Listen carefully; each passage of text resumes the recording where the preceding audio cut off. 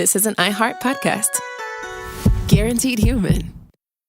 Support for the show comes from Public, the investing platform for those who take it seriously. On Public, you can build a multi-asset portfolio of stocks, bonds, options, crypto, and now generated assets, which allow you to turn any idea into an investable index with AI. It all starts with your prompt. From renewable energy companies with high free cash flow to semiconductor suppliers growing revenue over 20% year over year, you can literally type any prompt and put the AI to work. It screens thousands of stocks, builds a one-of-a-kind index, and lets you backtest it against the S&P 500. Then you can invest in a few clicks. Generated assets are like ETFs with infinite possibilities, completely customizable and based on your thesis, not someone else's. Go to public.com/podcast and earn an uncapped 1% bonus when you transfer your portfolio. That's public.com/podcast. Paid for by Public Investing. Brokerage services by Open to the Public Investing Inc. Member FINRA and SIPC. Advisory services by Public Advisors LLC, SEC registered advisor. Generated assets is an interactive analysis tool. Output is for informational purposes only and is not an investment recommendation or advice. Complete disclosures available at public.com/disclosures.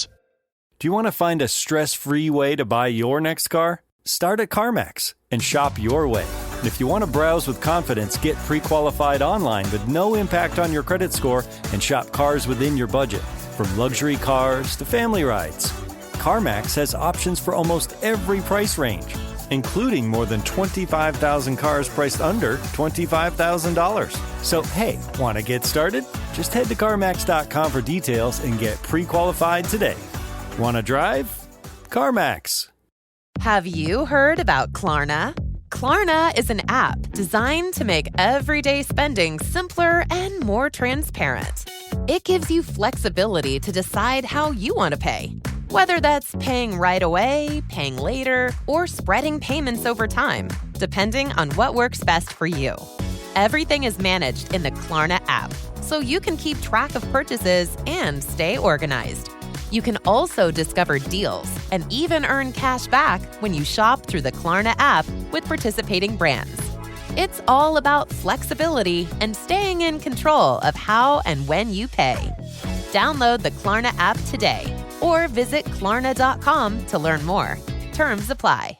California resident loans made or arranged pursuant to a California finance law license. NMLS number 1353190. Klarna balance account required to be eligible for cashback points. Limitations, terms, and conditions apply. You're listening to a podcast, so you're doing something else too, like maybe scrolling home listings on Redfin, saving places you like without thinking you'll get them. Because that's what house hunting has become. But Redfin isn't built for endless browsing. It's built to help you find and own a home. Redfin agents close twice as many deals as other agents, which means when you find a place you love, you've got a real shot at getting it. Redfin helps turn saved listings into real addresses. Get started at redfin.com. Own the dream. Cool Zone Media. Hey everybody, Robert Evans here, and I wanted to let you know this is a compilation episode. So every episode of the week that just happened is here in one convenient and with somewhat less ads package for you to listen to in a long stretch if you want. If you've been listening to the episodes every day this week, there's going to be nothing new here for you, but you can make your own decisions.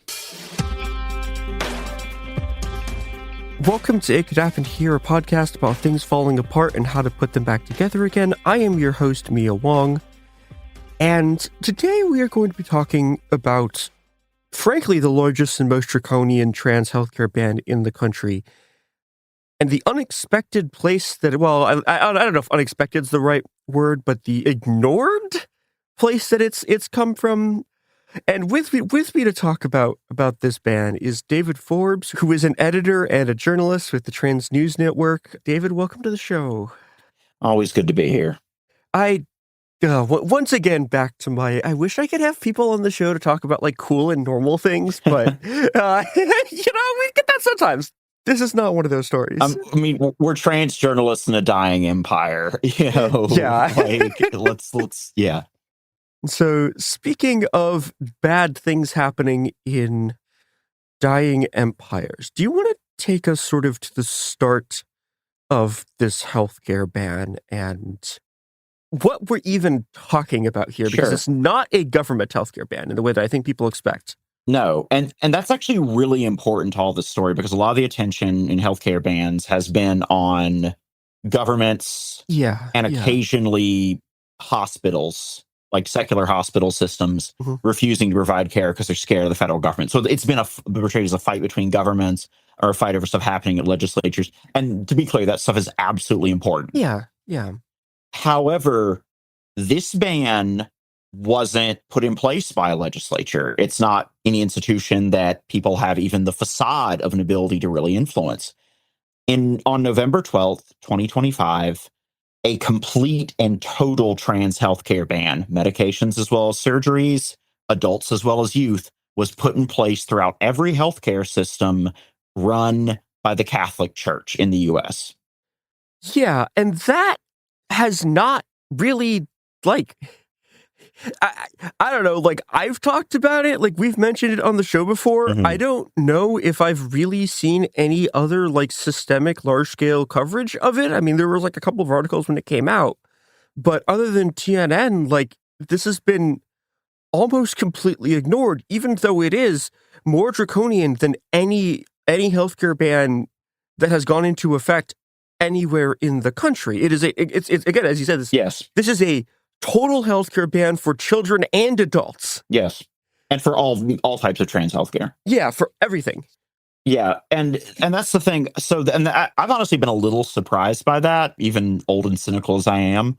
But TNN, as far as I know, is one of the only outlets, including in queer and trans media, I won't say the only, but one of the only, that has done ongoing coverage on this, let alone in-depth, extensive, what are the roots of this, how did we get here kind of coverage. I've done 2 articles on it, and those were in December. So a few weeks after it passed, we kind of went in detail on what it meant and the implications of which were and have proven to be pretty horrifying. Yeah. And also the Catholic Church's pretty horrific history as an institution. While individual Catholics have as we'll get to, have a wide range of beliefs, including on trans rights, the institution itself has always been highly abusive, highly reactionary, and incredibly opposed to our very existence. And that just hasn't changed. It's actually escalating.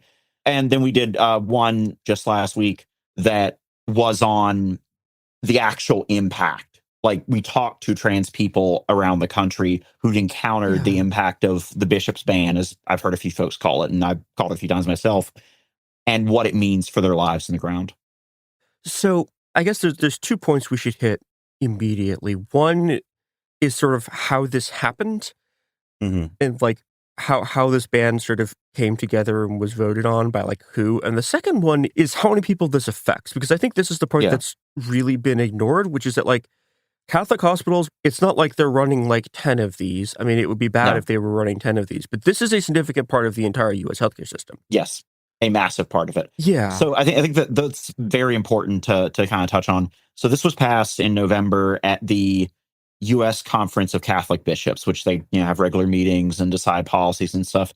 And it's one of the things, and this is going to be a recurring theme in this, is the degree to which I think even people who think of themselves as progressives, being fairly left, have kind of bought hook, line, and sinker some of the propaganda, and it is overwhelmingly propaganda coming out of the Catholic Church since the mid-2010s when Pope Francis got in. So you were seeing from this conference, the big news in a lot of progressive circles was, oh, well, they made this statement against the Trump administration immigration. Yeah. But here's the thing, that was a statement. Certainly it's better than if they supported ICE, but it was a symbolic step largely. Yeah, like they didn't even do like the very baseline thing, which would be like excommunicating JD Vance, a thing they could do and didn't because they're fucking cowards. Yeah. But they didn't even do that. Yes, and we're going to get back to that. And often worse than cowards. Yeah. So at this conference, that got most of the headlines, but they also passed this very draconian anti-trans healthcare ban. Yeah. It passed overwhelmingly. This was not like some narrow victory by the conservative faction. No, it was almost everyone.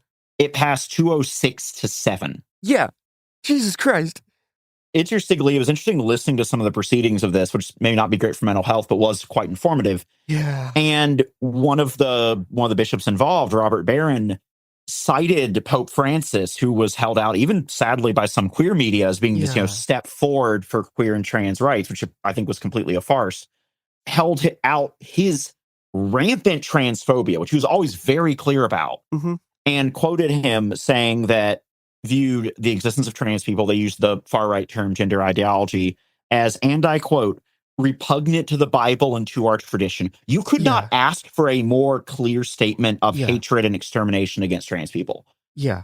I mean, that's it. This is not an institution that, is slowly but surely getting better. This is an institution that outside of the PR, it's getting worse. Yeah, is digging in on doing really very reactionary harm. And so the effects of that were pretty devastating and immediate. I mean, we'll get into some folks who dealt with stuff later that same month due to this ban in a little bit. But like the Catholic Church's healthcare networks are massive. By some estimates, 1 in 6, 1 in 7 of all people in the US go through a Catholic healthcare system at some point in a given year. Yeah. It doesn't just include a few hospitals. It includes an incredibly sprawling network of clinics and specialists and doctors' practices. Plenty of them are not outwardly Catholic even. So people may be going to a practice owned or run by the Catholic Church and not even be aware of it. It's also expanding. It's taking over and buying out previously secular practices. And this is, a multifaceted problem. It goes along with cuts in federal aid. It goes along with the general capitalist fervor that kind of grips secular healthcare as well. So if they cut services, the Catholic Church often buys them up and expands. So it affects everyone in that. Yeah. Everyone who deals with that. And the Catholic Church has never been pro-trans remotely. But previously, prior to this ban, there was kind of a hodgepodge and some local ambiguities. And there were cases, and we'll get into some of them in a second, where local pro-trans Catholics or folks working at those networks could and did provide pretty substantial trans care through one ambiguity or loophole or another. That just ended. All of it. Yeah. So throughout that entire network, in some states, and ones you wouldn't necessarily think, including ones like Oregon and Washington that are ostensibly supposed to have pretty strict trans healthcare protections, Catholic hospitals comprise over a third of hospital beds, and I think Washington is over 40%. So we're talking about of healthcare beds. We're talking about a substantial part of the American healthcare system. 4 in 10 of the largest healthcare networks are Catholic. That's how extensive this was. And now trans healthcare is banned in all of them. Absolutely. Yeah.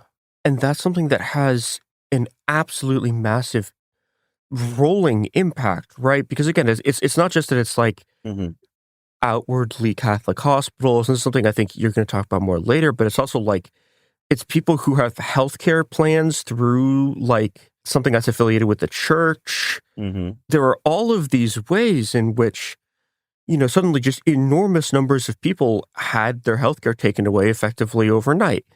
Because the primary way that anti-trans healthcare repression has been understood has been through the state level. And I understand why it's like that, because a lot of it has been coming from the state, both on, this is where you get into confusing American terminology, but both in terms of the federal government and the state level governments, right? There's been a huge focus on that, but the distribution of the Catholic healthcare system is cutting through the lines of what people sort of had previously assumed to be safe. Yes. And this is something that is a threat to trans people effectively everywhere.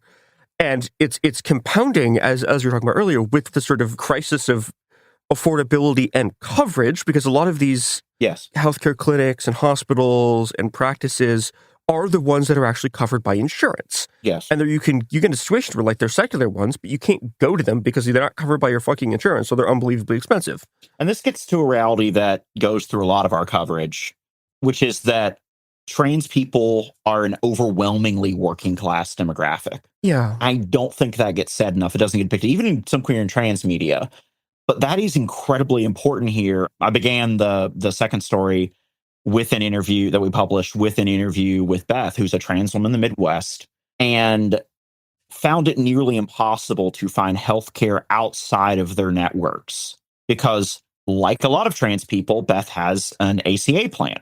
And because the secular networks are a little more expensive, some cases a lot more expensive, the ACA plans that are available to most trans people, that they can remotely afford, don't cover healthcare there. So you kind of have to, and then they don't provide your healthcare at all. Yeah. And in that case, this was someone, she'd been going across state borders, which she noticed kind of wild to get healthcare anyway, to go to Planned Parenthood. Finally thought that she had found a practice closer to home, went there before the bishop's ban, right before it hit. They seemed very welcoming.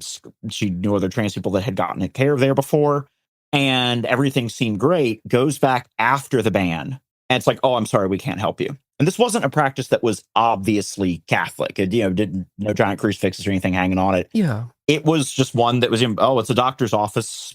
Some other trans people have gotten care there. It beats driving at least an hour each way, if not more. Yeah. Again, when you're working class, a 2-hour, round trip commute is a lot. That's, especially with gas being up more, like that's a lot of money, and it strained things even further. And so she had to go back to traveling across state. But, I think some folks assume, and she points out, like, oh, you just go to another provider. You often can't. There's not that option. Yeah, there isn't one. Even in some fairly major cities, there is not that option unless you have a lot more money or healthcare through a fairly well-heeled employer. And a lot of us don't. This is another one of the problems here, which is that trans people are overwhelmingly working class. It is one of the worst demographics of poverty rate of any demographic group in the U.S. Yes. The unemployment levels are like this was like 2023, back when the economy was like working, was like 1936 Great Depression levels. Yes. Incarceration rates, education rates, it's all among the poorest of the poor. Yeah. Yeah. It's all apocalyptically bad. Yeah.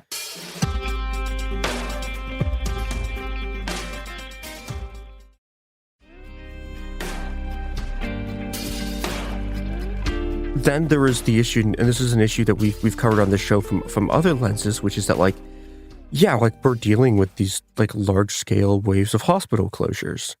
Yeah. And the less hospitals that exist in an area, and particularly in the sort of working class areas where these people are living, right, the more those hospitals close, because those are the ones that are closing because they're losing a whole bunch of funding from the government. Yeah. And, there's a series of other economic pressures there. The more those options disappear, the more reliant people are on these Catholic hospitals, which have just implemented an adult healthcare ban. Yeah. Like, the Republicans in Congress aren't pushing that right now. No. Like, I cannot emphasize how unbelievably draconian and reactionary this is. Yes. Well, and also they're doing it at the same time that you have major progressive media figures, legislators praising the current Pope for uttering some words about universal health care. They don't practice universal health care in their own network. So not just with trans people, but definitely not with trans people. It's like they have the money to. Like, they could. Yeah. And they don't. Like, there's a story in investigating this that really stood out to me, and it was from a pharmacy intern, basically, someone who's studying to be a pharmacist, and did a training stint in a Catholic hospital right before the bishop's ban hit, and said that they were doing at least one gender affirming procedure a week. Jesus Christ. A week. And that actually, this was someone who had dealt with religious institutions before and had not got great experiences, and was actually heading into this, kind of this 12-week stint, expecting to have to deal with, the problems of being a trans person within a religious institution. And I actually said, no, that this particular hospital, the folks who work there were super pro-trans, super accepting. Yeah. They were actively providing trans care, and mentioned even because it was a more rural area. And that stat alone, that it was, a gender-affirming care procedure most weeks, should be a reminder that a lot of trans people also don't live in major cities. Yeah. They live in smaller cities. They live in small towns, rural areas even. By a mile, actually, the region of the U.S. with the largest trans population is the South. Yeah. And the Midwest is very closely tied with the West, which includes the West Coast, for second. So they mentioned that was this sense of the staff, like, look, if you're in LA, okay, there's a bunch of Catholic hospitals, a bunch of other ones too. So the people seeking out Catholic hospitals may be a bit more conservative. There are more likely to be other alternatives. Now, so healthcare access can be a problem there too. But in our area, the kind of staff had a sense, look, if we don't do it, no one else will. Yeah. And so they did be pretty pro-trans. The loophole they used, the ambiguity, I guess the better expression they used, was if an insurer, secular or otherwise, said, hey, this procedure is necessary, they didn't question it. And under the previous pre-bishop's ban situation, there was kind of a bit of that leeway. Yeah. This is an example of, some of them Catholic, pro-trans folks in a rural area actually doing some real good. And then because they kind of maneuvered in this gray area, and this ban just completely ended that. Yeah. They also described, because they actually had top surgery scheduled at this same hospital, and the ban hit, and they're very thankful to the doctor who did, surgeries at that hospital. who intentionally just kind of kept them on the schedule and did it anyway. Incredible. Yeah, but like we need way more of that, but also it just got a lot more difficult and a lot more hurdles were placed in the way of that. So like what was happening just got cut off. Yeah, and this is also a really significant issue because trans healthcare is already, even before this, like the wait list for things like top surgery, things like bottom surgery, are sometimes years long, even in places that have like quote unquote like good healthcare, right? Like even in places like Oregon or like in places like LA, like you're dealing with multi-year wait lists to get these procedures. Yeah, and suddenly like a seventh of all the people doing this are just gone. And that just contributes, even if you can get... And some places half. Yeah. And the number of people who do these procedures is so small that if you are looking to get these procedures, like, you can talk to the trans people in your area and they will know every single doctor who does it. Yeah. Right? Yes. Because there's like 3, maybe. If you're lucky, there's like 3. Usually there's like 1. Like, even on the HRT front, sometimes, and I can speak from experience on this, it's often kind of an icebreaker of like, which medical practice is giving you your HRT and down? Because there's like 2, maybe 3 if you're lucky. Yep. And that's maybe for a whole region. Yeah. And, a lot of trans people, maybe even most, live outside of what you think of the few, major metropoli. Mm-hmm. But also, while I was looking into this, there was a case in 2017, before the bishop's ban, where a Catholic hospital in California, which on paper at least has fairly strong trans healthcare protections for the U.S., where a priest with no medical experience comes in last minute, vetoes the top surgery for a trans man, Jesus Christ. And they kick him out on the street, still on the drugs, the pre-surgery drugs. What the fuck? Jesus Christ. He sued them, rightly. Yeah. But like, this is a hospital in California. We could go into it a little bit in the story. So like that was happening before, but that's now everywhere. Yeah. And the few cases like the hospital that we mentioned, where there were folks working around that to still provide some health care, that's probably gone now. I would say it's almost certainly gone unless folks are really just breaking the rules, which they should. Yeah. But this is sort of the systemic problem with having the church hierarchy having control over these healthcare institutions, which is that even if you are just like in the institution trying to do good and you believe in the right thing and you're trying to do the right thing, it doesn't matter. Yeah. Because suddenly just the hammer can come down on you from above. And even if you keep doing it, right, there's always just the risk that like they're just going to fire you all. At best, it is highly precarious. Yeah. Yeah. And it's this really kind of, I don't know, this kind of like brutal demonstration of the reality that in a hierarchical institution, it kind of doesn't matter what the people on the bottom believe, because at the stroke of a pen, 200 reactionaries who run your fucking institution can just come in and be like, no, fuck you, none of you get healthcare. Yeah. Well, and not just that, but run a substantial amount of the entire American healthcare system. Yeah. Yeah. I mean, and this is actually why, and this is a larger factor. I have survived literal fundamentalist Christian violence when I was younger. And I think this is actually something we'll probably get into in a little bit. Like, I've never gotten the aversion, especially from queer and trans organizations, to criticize their religious institutions. And it didn't always used to be this way, but it's definitely been this way, including on this issue. Because, you will look in vain for a major national organization that's like taking the Catholic Church to task over this. Yeah. Ones with millions of dollars of budgets. Apparently their higher ups are too busy, taking first class flights and raking in nearly $1 million a year while trans people can't find jobs, but like, so I've never gotten the aversion because for a lot of us on the ground, for a lot of us who are, among the many, many, many trans people that are working class, that live outside some of the handful of metropoli that we often get depicted as exclusively living in, fundamentalist violence, to be clear, from plenty of like Protestant evangelicals as well, never stopped. It never stopped being a very serious and real threat. Their numbers have gone down since the 90s, in the early 2000s. Yeah. But it's never stopped being something you really have to account for, whether it's institutional, even if it's totally illegal, they'll still do it, like they did in California, or literal like street violence, literally like people attacking you with weapons. So I think that's definitely a factor in all this. And I think it's a sad factor in why folks haven't heard about it. Yeah. And, in some of the stuff I've talked about before on the show and elsewhere, I've mentioned that I think that whatever in the intent behind it, the gay ink, as it were, the structure of, these larger nonprofits, which even send down to like the local and state level at some points, and the culture from them that kind of is more status quo, more social, just kind of dictates a lot of like official, at least queer and trans politics, has been a disastrous failure. Mm-hmm. And I think that's even more apparent here. This is, again, the largest, most draconian trans healthcare in the U.S. It's already happened. It's already in place. And you will look in vain for any organizing from the institutions that are supposed to protect trans rights against it. Yeah. There aren't like big lawsuits being filed. There's not like, exposés being run. They have far more resources than our, worker run newsroom. We do a lot with what we have. We encourage people to support us, but like they have a lot more resources to make those things a large national issue. They have chosen not to. And a lot of people are going to suffer for that, are suffering for that. Yeah. And I should mention too, on an actual policy level, like a full-scale healthcare ban on adult trans healthcare is like hideously unpopular. Like there's a reason the Republicans haven't done it. Yeah. Right? Because it's not popular. So this is a winning issue.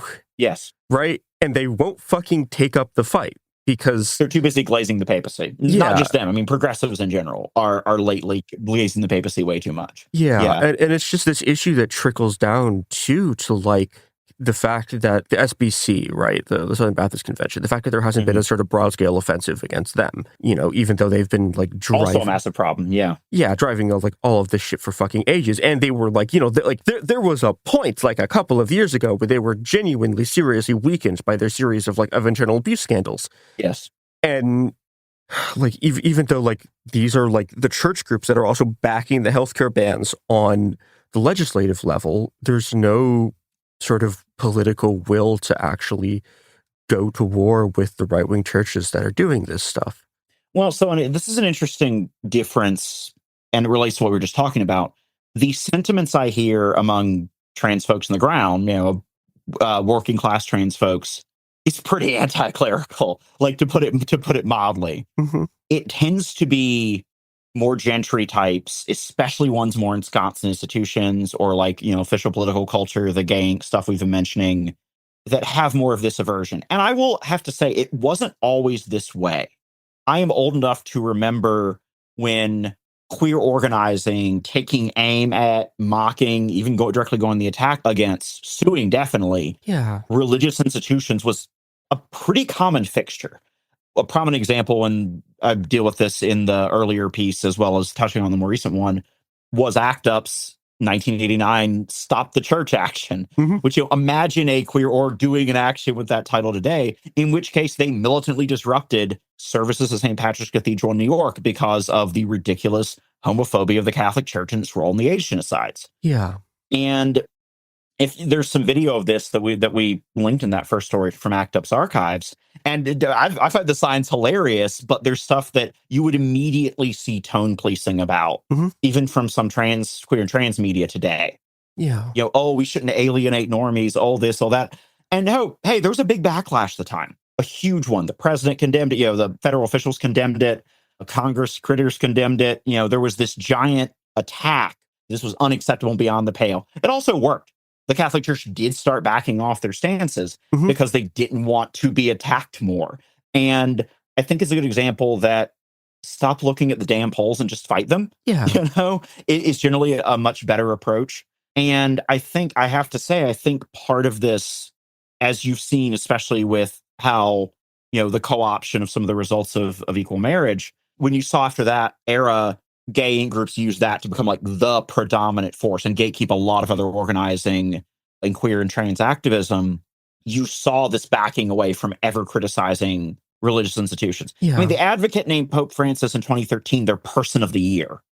Yeah, and like this is the guy who said that gender ideology is more dangerous to the world than nuclear weapons. Yes.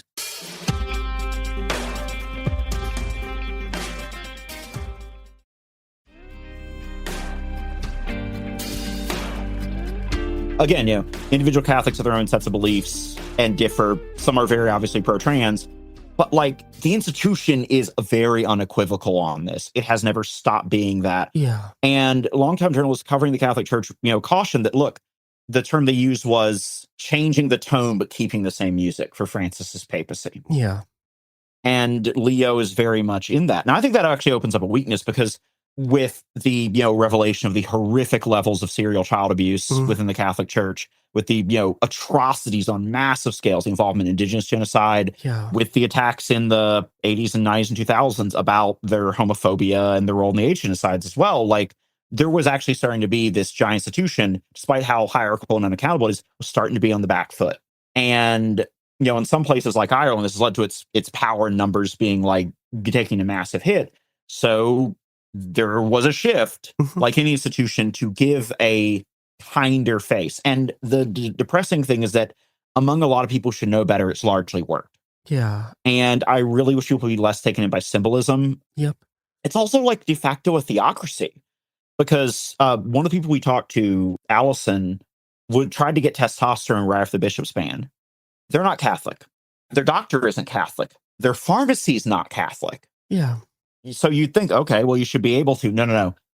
The insurance that their spouse had was technically provided through a Catholic healthcare network. Yeah. So it took them months before they finally got the testosterone nut, and so now they have to pay out of pocket for it. They can for the time being, but for working class trans people, that's one more cost on top of everything else. And eventually, those are costs you often can't bear. So, like, that's the reality. Yeah.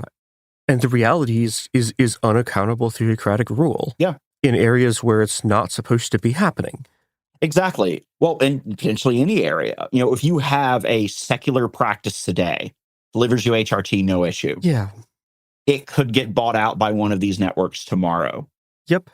Why the fuck do these religious institutions have the ability to influence like healthcare at all? Yeah. Right. This is something you would think would be not a place where someone else's religion can suddenly. Yeah. And not even like that person's religion. It's like the religious hierarchy of a church should not be able to dictate whether someone gets healthcare. And yet. Yeah, this goes well beyond the, even supposed power in a secular society that, religious institutions have. Oh, we can, they can make this pronouncement that applies to those who believe in that religion or that specific denomination or institution or whatever. No, this is affecting plenty of people who have never set foot in a Catholic church. Yeah. Who aren't remotely Catholic. Even the providers that they're going to aren't Catholic. They and this is still happening because that's the kind of sway and power they have. And it's not been seriously challenged, including by liberals and even too many leftists. Yeah. And you mentioned the Southern Baptist Convention earlier. It isn't just the Catholic Church, but because of the sheer scale and the centralized nature of its hierarchy, they are certainly probably the single most damaging institution on this front. The SBC is a problem. While they operate on far too vast a scale, they don't operate in the scale the Catholic Church does.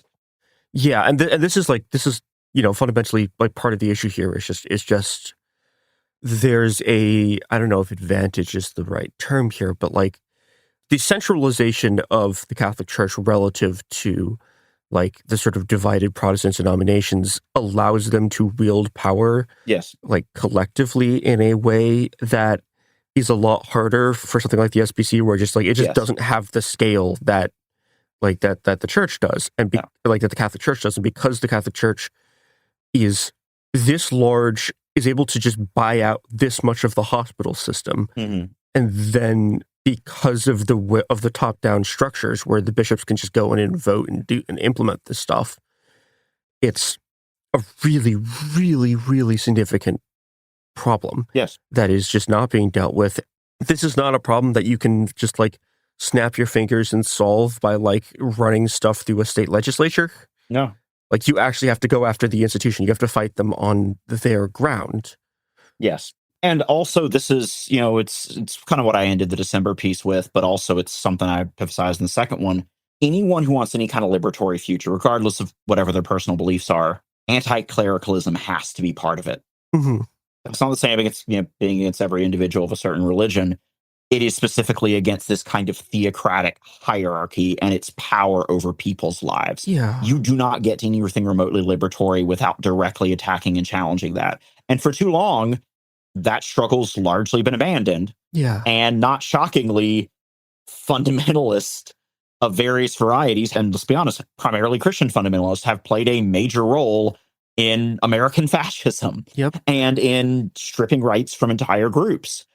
And it's interesting because you mentioned the council of bishops beside this, but that's true, but it gets even more centralized than that. Mhm. The progressive pope that's getting praised for condemning the Iran war, and it's always condemning or statements or this or that. The Catholic Church is still kind of an absolute theocratic monarchy in some ways. He could just say, hey, American bishops, don't do that. Like, I'm overruling you. You do have to provide trans health care under whatever circumstances, or ideally all of them. He's chosen not to. And if you look at his history of transphobia before he became pope, it's not particularly surprising. Yeah. I think sort of like the very baseline kind of anti-clerical stance here is like the moment your religion is able to dictate the behavior of people who are outside of it, yes, you have crossed the line into sort of like into this kind of clerical rule in ways that I think everyone should be like deeply opposed to. Yes. Like universally, that should be regarded as unacceptable and oppressive. Yeah, and this is what we're dealing with here, which is that when there isn't this, because like we talk a lot about sort of the separation of church and state, which has always been kind of a joke in the U.S. to like a broad extent, right? But like, there are like other spheres that exist in our lives, right? There's, like there are economic spheres, there are health spheres, there are like social spheres. And, like the fact that a church can just be like, no, fuck you, and cut off unbelievable numbers of trans people from their healthcare in a way that even the sort of like right-wing theocrats in office wouldn't be able to do. Yes. Is something that has to be opposed. Because fuck that.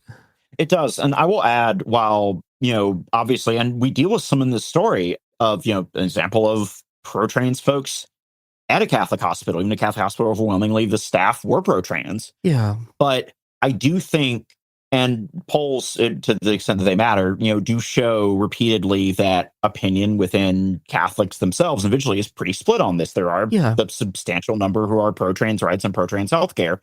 I also have to say, though, that at this point, I think there is a specific obligation among them to speak up and act against this loudly. Yeah. And, I think the example of the doctor who one of the people I interviewed, get around the ban to get top surgery, I think that's the minimum, honestly. Like, okay, if you support trans rights, start here, because I think pressure from that quarter, as we've seen, hits even harder on some of these institutions, because while they claim to be this above everything kind of hierarchy, we have seen worries about losing numbers of Catholics being involved in the church has driven their decisions before, and more pressure will drive them again, potentially. I think it will. Like, what we've seen pretty clearly just in my lifetime is when these institutions are under attack, when folks go on the offensive against them culturally,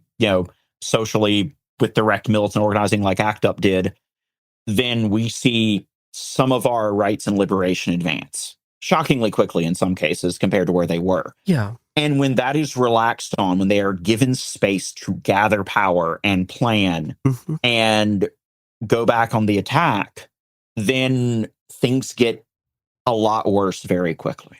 Yeah. This can be fought. The first part of fighting it is to talk about it, to be vocal about it, to be loud, and talk about how it is unacceptable. I think, frankly, a lot of pressure can also be exerted on some of these gay ink orgs. Yeah. Like, if they want any donations or any support, I don't think they should get a lot of donation support anyway. I think there's better places to put it. But if they don't want to become pariahs in queer and trans communities, that needs to be the message. Like, you need to fight this. You need to fight this hard. You need to fight this now. Yeah. Because to do otherwise, I think, is just an act of unforgivable cowardice and treason in wartime, to kind of use a metaphor. Yeah. But, we always end our pieces at TNN because I think, there was a joke about it I saw recently of like, it is the sacred role of trans journalism to, unnecessarily scare trans people beyond all measure. Yeah. And I think people should take that to heart, that among like trans folks, some trans journalism is getting that. And I've termed these pieces panic slop when they're badly sourced, exaggerate something. Yeah. The day we're recording this, the episode came out. So I don't know if like if like some other unhinged thing has happened in between now and then, and you're like, wow, why are you not mentioning like public mass executions of trans people or some shit? Like, I don't know, that just like panics up. Like, that's why, because this is being recorded on the day in which our episode about this dropped. But yeah, like this panic slop shit is just like, but it's become a real problem in some quarters, and I think kind of it's, to be a nerd, like any reckoning with conflict and even like the warfare level of conflict is always like, you have to have accurate information. You need to know what actually is a threat, what is not. And I think communities under fire, which we're all part of, have to have that even more so, and especially now.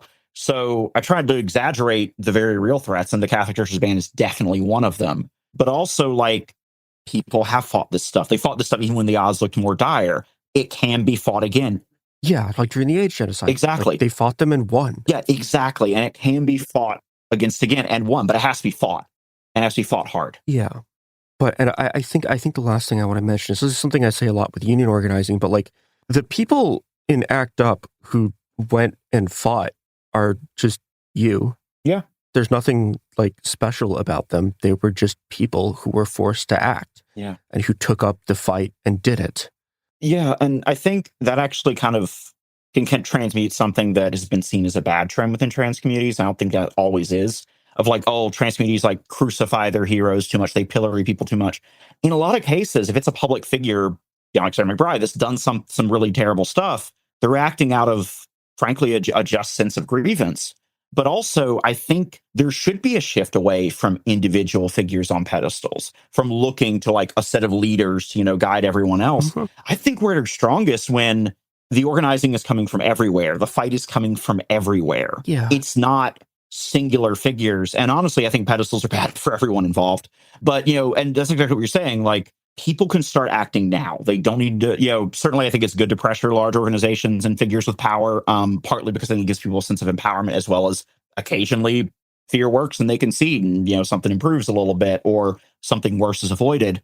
But also just for like, it's just us, y'all, that's what's going to have to solve this. And that is why we start, I don't know, I don't have a percentage on the episodes that we start with things falling apart, but also putting them back together again, because we can, and we can make it better. They're building something better entirely. Yeah, definitely. Yeah. And on that note, if people want to support Trans News Network, they can find out how to do so at transnews.network. We are a worker-run nonprofit and kind of trying to set a model for trans media that's in-depth and hard-hitting and unrepentantly radical. Yeah. But that also is goes in-depth and investigates stuff and gives an accurate picture of what's going on. The threats, but also real victories. Yeah. And the best reporting on us is going to be done by us. Yes. So you can help make that possible. We appreciate any support we get. We do a stunning amount on a fairly shoestring budget. Yeah, it's unreal. Well, I appreciate that compliment. But yeah, it's an awesome crew of people. I am incredibly fortunate to work with all of them. Yeah. And actually, shout out to my editor, Myra Lazine, who did a great job of going through this piece and also has done some incredible coverage. But yeah, everyone who works at TNN, I'm really fortunate to work with. And, this is trying to set kind of an alternative in trans journalism that is worker run and is unrepentant. Hell yeah. You too can go to war with the bureaucrats and the theocrats and the politicians who are trying to destroy your life. Indeed.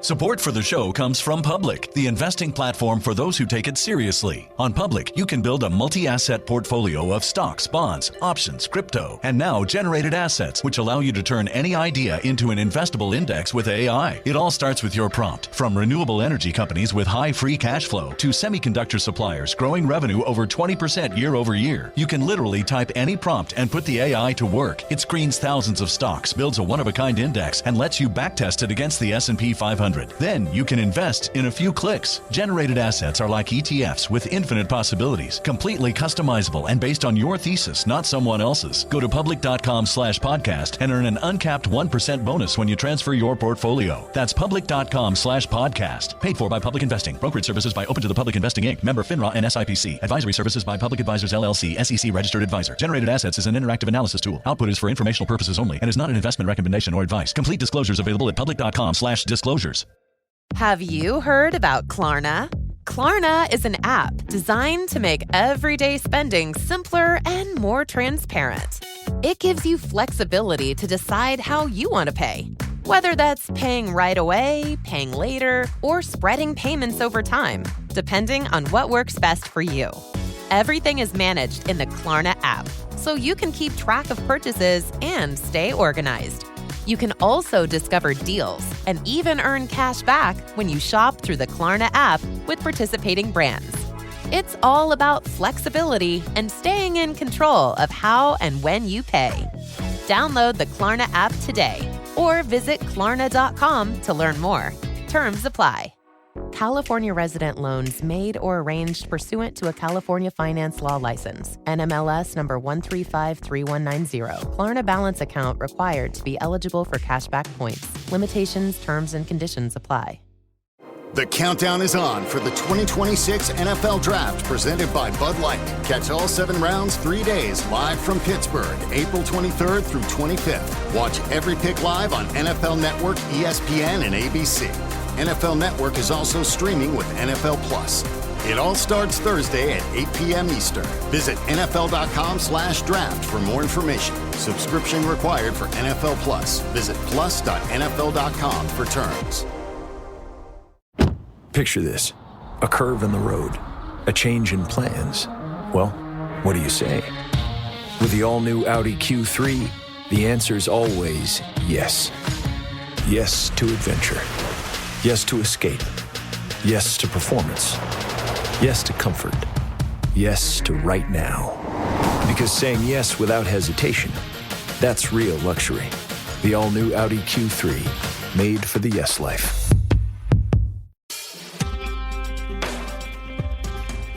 Woman, life, freedom. Such was the slogan of the women's movement considered key to the project of the Democratic Autonomous Administration of North and East Syria, also known as Rojava. Though originating in the Kurdish liberation struggle, the project quickly became polyethnic.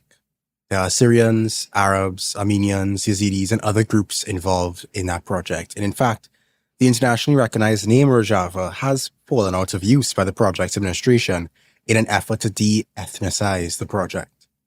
I'm going to keep using Rojava simply because it's quicker to say than DAANES or DENES or any other combination. But just wanted to put that disclaimer out in the beginning. So, in the midst of the Syrian civil war, the region gained its de facto autonomy in 2012 and pursued a somewhat unique political experiment for grassroots governance and social and legal reforms that have attracted significant international favor and support. Though not recognized internationally as autonomous, except by the Catalan parliament, for obvious reasons, for the past decade plus, the people in the region have fought fiercely for independence from ISIS patriarchy, Turkish incursions, and other Syrian opposition groups. But recent events led to the newly minted Syrian government having seriously jeopardized the autonomy of the project. Welcome to It Could Happen Here. I'm Andrew Sage, also Andrewism on YouTube, and I'm joined once again. It's me, it's James. Yes, and I had to talk to you about this because I know that you have contacts there, you have experience with that project, with the people involved. And yeah, we're here to discuss the fate of Rojava. Yeah, I'm always excited to talk about Rojava, and I think it's super important that we talk about it right now. There's a lot of bad stuff happening currently, but this is really bad. Like, in Rojava, we had the opportunity to see people living without gods or masters, people building democracy without the state. We had the opportunity to, and we have the opportunity, right? So Rojava's not gone. But like anarchism didn't have to be like an ideological construct that only exists in our little punk houses. It existed in an area where millions of people lived. And yes, so we should talk about how we can be in solidarity with them in this very difficult time. Right, right. In fact, as we're on that topic, I think it's useful to have a brief explanation of the history and ideology behind the Rojava project before we talk about what's happened most recently. Yeah. So, in brief, the project really began in Turkey, where the Kurdistan Workers' Party, or PKK, was banned, and some of its supporters moved to Syria and founded the Democratic Union Party, or PYD. Now, this party shared an ideological foundation with the PKK and its founder, Abdullah Öcalan, with the ideology of democratic confederalism, which I'll explain in a second. Rojava came into being following the Arab Spring of 2011, as various factions of Syrians rose up against President Bashar al-Assad.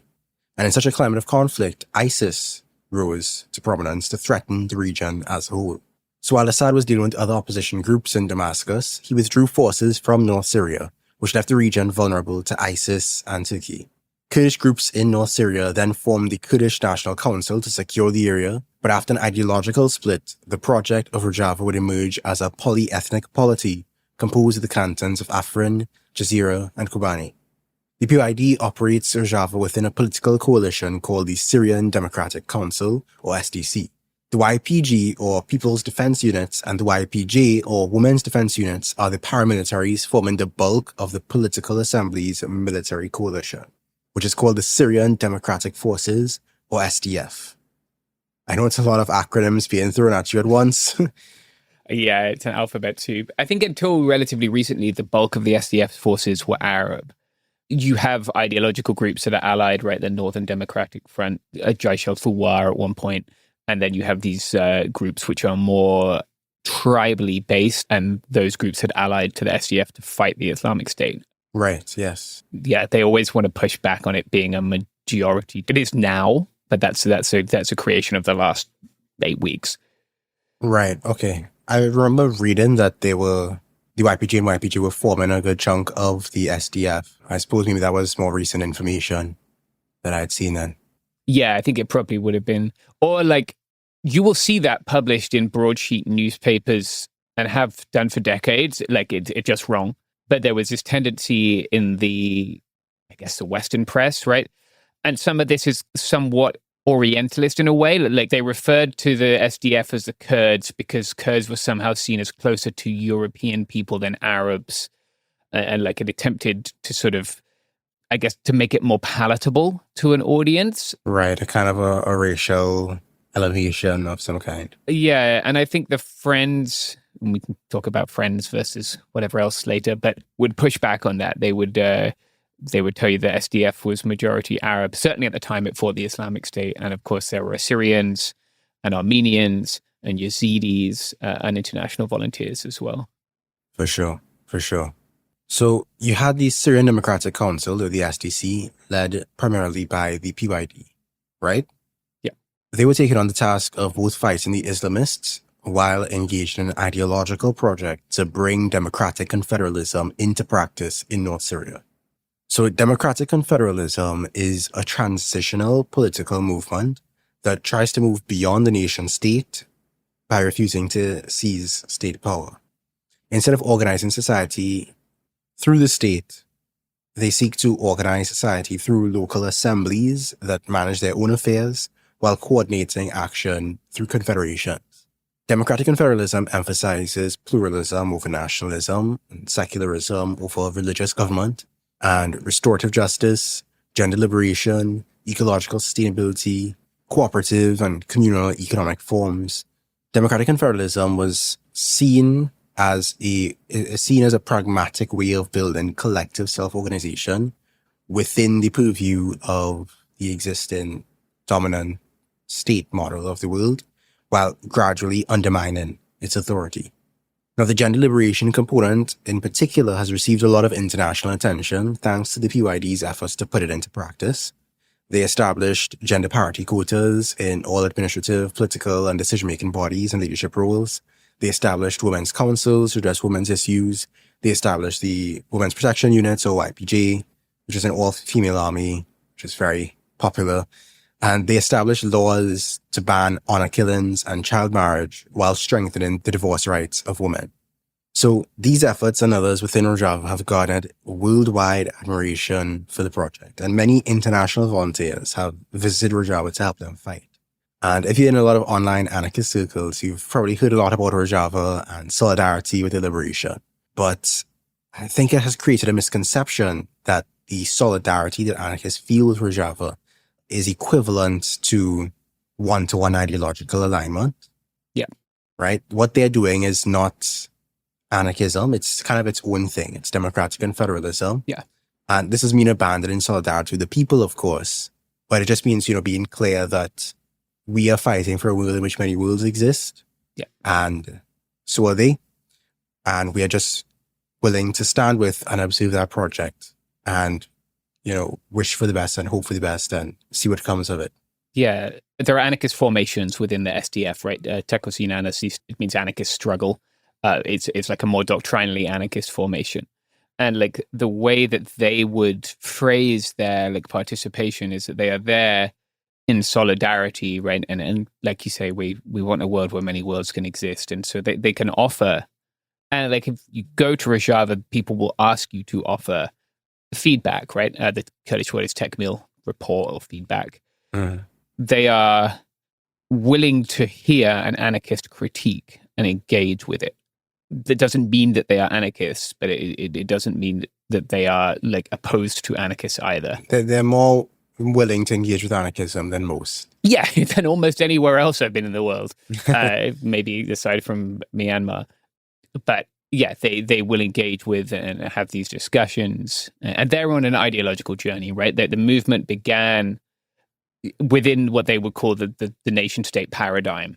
Yeah, I mean, the PKK was originally Marxist-Leninist. Yeah. And Öcalan thinking has very much been like, his journey has led the movement on a political philosophy journey, I guess. And there are different interpretations of different movements in different parts of Kurdistan that draw on his political philosophy. But as his thinking while he was detained in Turkey moved towards this democratic confederalist outlook, influenced by reading Murray Bookchin, among others, the movement also moved. And I think it was very well placed when the Assadist state withdrew to try and implement this, like you've mentioned, right? Self-governance, brotherhood of peoples, all these things. But it wasn't always there. And it has been willing to change and willing to move its ideology over time.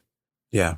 I mean, that's the thing. We don't want to look at people and projects and judge it based on where we are and our position and our ideological alignment, because none of us necessarily started off as anarchists, right? And while we may wish that, as an anarchist, I would wish that, these projects would move closer to anarchy and would pursue and explore and experiment with that ideal and that idea. Everybody's on their own journey. Yeah. And, at this stage in capitalist global dominance and statist global dominance, we have to let whatever experiments exist or explore the different angles. There's not one right way quite yet, or there may never be.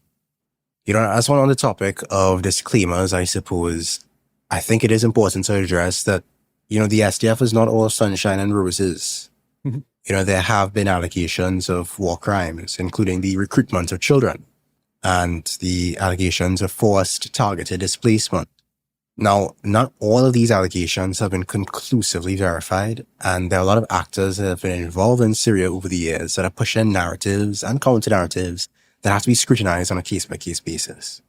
Some of the war crime allegations, for example, have been made by Turkey, which is pretty suspect considering their track record of both hostility towards Rojava and the Kurdish autonomy, and also their practice of war crimes on a semi-regular basis themselves, Yeah.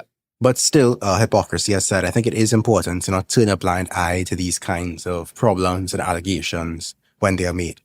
Yeah, I totally agree. Like, if people are being compelled to do things through violence, that is what the state is, right? And that is what we want to stop. And so if that is happening, then we should condemn it, right? Be that whether they're being compelled to fight or compelled to leave their homes. like that is a thing that we are opposed to inherently, right? And it doesn't matter who's doing it; it's the action itself is something that we are opposed to. And yeah, we should again we should look at this not through I know I talk a lot about this, but I translated a piece from French a couple of years ago from an anarchist who had fought in Spain, and it was called "Refuting the Legend." And the main thesis of the piece was that we should engage with the Spanish Civil War as it was, not as we wished it to be. Yeah. And that way we could learn from it and get better, as opposed to just creating a hagiography and like saints' lives. Exactly. And same applies here. I think, because the anarchist experiments have been, few and far between, unfortunately. The major experiments, that is, the massive ones, the ones that make historical headlines. Yeah. And I think there is a temptation to, as you're saying, construct a hagiography to glorify and venerate these attempts. I think it's very important for us to treat them with scrutiny, to hold them up to certain standards and to evaluate their missteps and to highlight their missteps even more than we highlight their successes, because that's the only way we're going to succeed in the future, is if we're willing to address and engage with those mistakes. Yeah, absolutely. I think on that point, the way that I see what's happening in Rojava is not in a monolithic way. There are tendencies and organizations within the revolution, right? There are some who are probably operating in a paradigm that is not that far from the ethno-nationalist or kind of nationalist Marxist paradigm. There are some that are operating closer to an anarchist paradigm. There are some who are somewhere in between those two things, right? And there are some who just want the Islamic State or the new Syrian state or the Assadist state to go away and leave them alone, and that's why they picked up arms and that's what they're fighting for. Again, right? We should be suspicious of a movement which is entirely homogenous. We should be concerned about, and I have concerns about the way some dissenting voices have been treated in the AANES in the past year. We should raise those concerns, but it would be inaccurate to view this movement as a monolith. Yeah. And that's the thing. It's important to raise concerns. It's sad that this phrase has been bastardized because it's a useful phrase, right? That is, critical support. Yeah. Or critical solidarity. It's been taken by certain internet actors to propagate apologia. Yeah. For atrocities and erasure of state violence. Mm-hmm.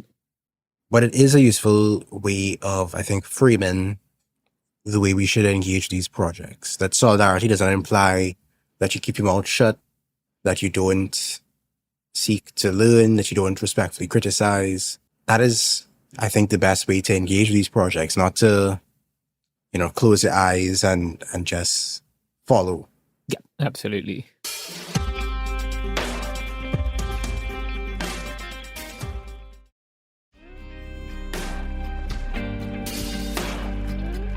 Getting back to, I suppose, what's been happening more recently, things have not been easy for the movement, really since the beginning in 2012. It has, for a long time, been caught in a web of conflicting and conversion interests. In addition to fighting ISIS and other jihadist groups, Rojava managed to receive backing from the US out of a coincidence of interests and tactical necessity, as I would put it, which is confused in some circles with the idea that Rojava is a US-designed puppet through and through. Right? So after the SDF liberated Raqqa, they began taking more heat from Turkey, which saw the YPG as inseparable from the PKK and thus a threat. Remember, the YPG is the defensive army, the protective services rather, and the PKK is the Kurdish party in Turkey. So they launched several military operations to prevent the Kurdish regions from linking up and having territorial continuity within Syria. At the same time, Rojava faced economic blockades, restricted movement, and strained relations with their fellow Kurdish political groups in Iraq that were aligned with Turkey and aligned with the PYD's political rivals, which had lost influence since the establishment of Rojava. Then you also had the occasional alignments with Russia as a strategic leverage against Turkey, and similar coincidences of interest with the governments of Iraq and Iran, and even cooperation between Rojava and Assad's government. It's interesting to me that the US alignment is what receives the most attention, when it seems to me the Rojava had quite a roster of affiliations of convenience. Not to say that those partnerships or affiliations necessarily benefited them in the long run, but it's important to place those affiliations in context. Rojava has been seen and treated as a chess piece, essentially, by both global and regional powers as they attempt to put out a voice of their own and eke out their own autonomy. So just before the 2019 Turkish invasion, the US abandoned Rojava entirely, withdrawing its troops and suddenly leading to the tragic fall of several settlements to Turkey and Turkish-aligned groups. However, that move to withdraw also raised the international profile of the Rojava struggle, as people on both sides of the political spectrum were pointing out this American decision to abandon its allies in the Middle East. So before we get to the fall of Assad, is there anything critical that you'd say I missed? I think a pretty good summary. I've literally written a book about this, so there's always things I want to say. I was there during a time when Turkey was bombing, right? In addition to going to report on them, I just saw places as I was going about my day-to-day life that had been bombed the night before, right? I think there's this misapprehension that America is, and by America, I'm using that incorrectly, the United States is allied with the PYD. That's not the case. The SDF was a US partner force specifically in what's called Operation Inherent Resolve, which is the operation against the Islamic State, right? While I was there, the US shot down a Turkish drone because it flew too close to their bases.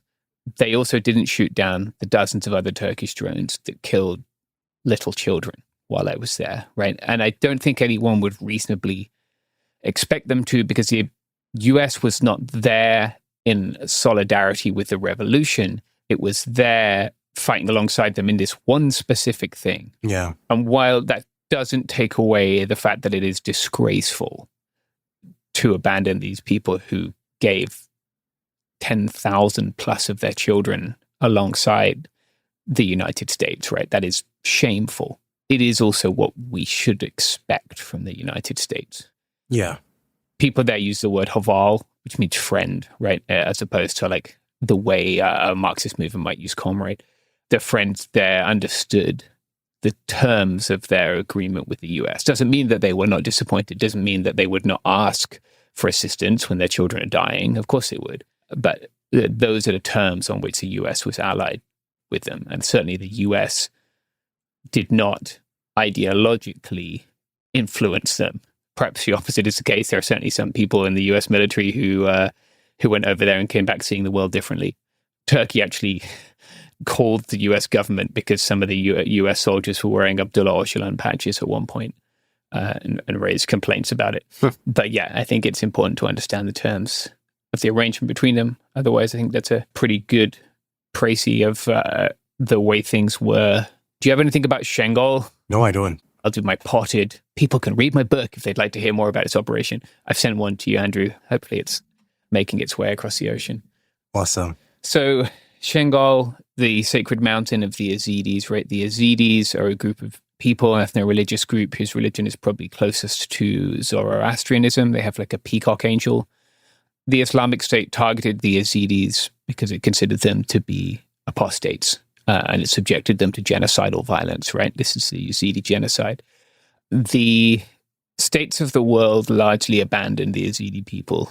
They tried to defend their communities, but they were overwhelmed by the Islamic State, and they gradually fell back to Shengal, which is their mountain. And they went to the top of their mountain to make their last stand, I guess, right? Like that was their place where they had always gone back to. And there were some US special forces on the mountain, and from what I understand, also some British special forces. But it was the friends from Kurdistan who decided to go. It should be noted that they're like fighting the Islamic State at home at this time, right? Their own villages, their own towns are being subjected to the same violence. They went onto the mountain and they built a humanitarian corridor to extract the Yazidi people, right? With their bodies, with their blood. And if they had done nothing else since 2012, that would be reason enough for us to stand in solidarity with them, right? Like in that moment when the world letting the Yazidis die, right? When Obama and the United Kingdom and everything else was letting these people be subjected to genocide. It wasn't a military superpower who went to their assistance. It wasn't the French or the British or anyone else who was willing to risk. Again, there were small numbers of special forces, but it was regular folks from Kurdistan with Kalashnikovs who went to save them. And I think at this time when like Western analysts who perhaps either don't have a proper grasp of what's happening in Syria or do and are just willing to lie about it, are condemning the AANES as some kind of Kurdish ethno-nationalist project, we can point to this and we shouldn't forget the sacrifice that those people made at that time. Yeah, that's an important event that I didn't come across in my research, but thank you for sharing. Yeah, of course. So I suppose we are now approaching the critical moment in Rojava's recent history. Assad's government collapsed at the end of 2024, and the Hayat Tahrir al-Sham, or HTS, an Islamist militia with roots in Al-Qaeda, stepped into the vacuum and rapidly took control of large parts of the country. Then HTS leader Ahmed al-Shara was recast on the international stage as Syria's new president, welcomed by regional and Western powers, received in diplomatic capitals, and rewarded with the lifting of many sanctions. Turkey emerged as his strongest backer, as they were pretty cold with Assad, and they aggressively lobbied on behalf of the HTS government, reframing it as a stabilizing partner. And not long after the fall of Assad, in fact, Abdullah Öcalan himself called for the PKK to disarm. The SDF, which is only loosely affiliated with the PKK, though, said, well, not us, we will continue to fight. Yeah. So Western governments, particularly the United States and its allies, appeared willing to accept this transformation of the HTS. They calculated that a fragmented and internally weak authority could be more easily steered to serve their long-term geopolitical interests.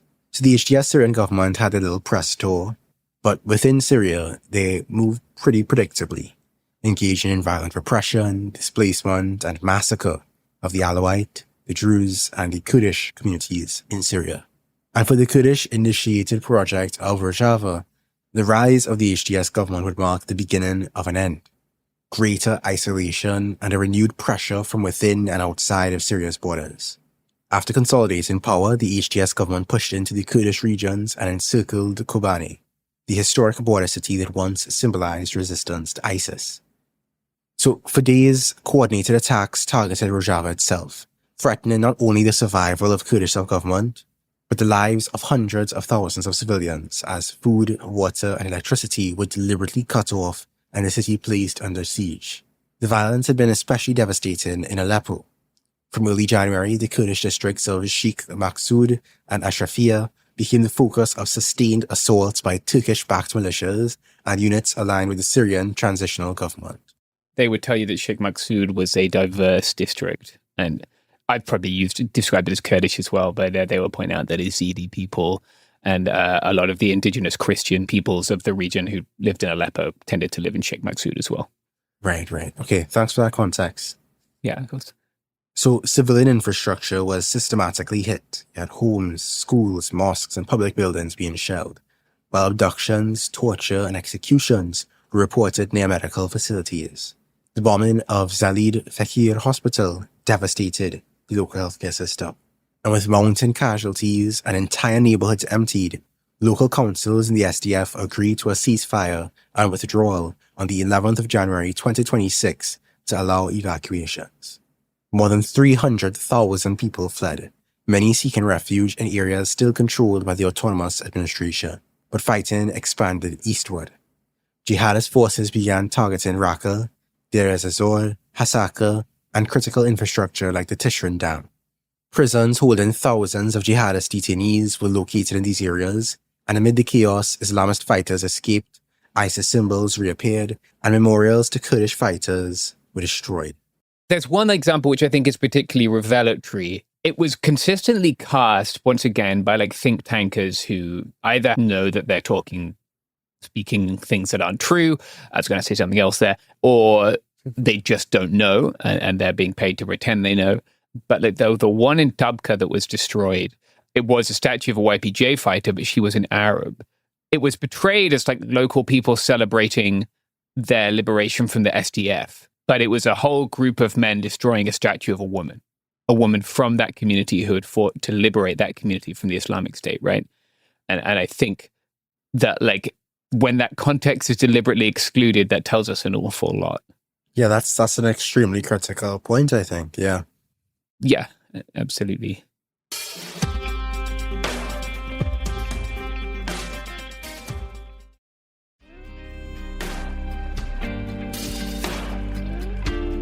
So, as the Syrian forces pushed further east, some non-Kurdish villages in the region defected from Rojava to the new Syrian government.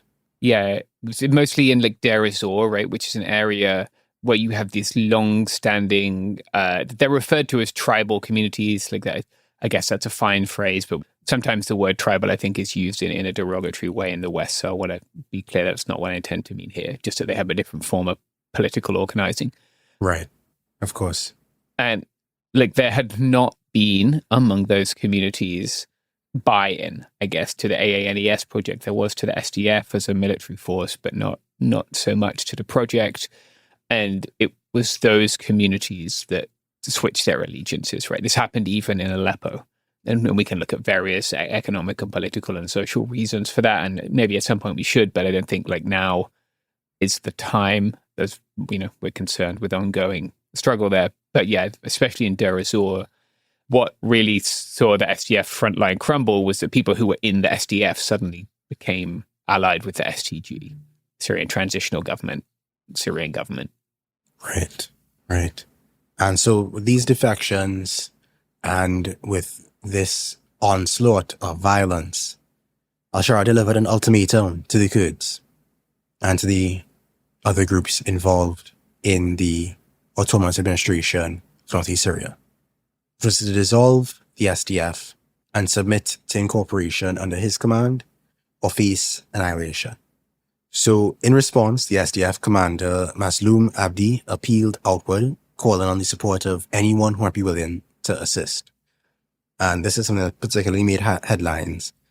The anyone included Israel, which had previously intervened in Syria for the claimed justification of aiding the Druze community.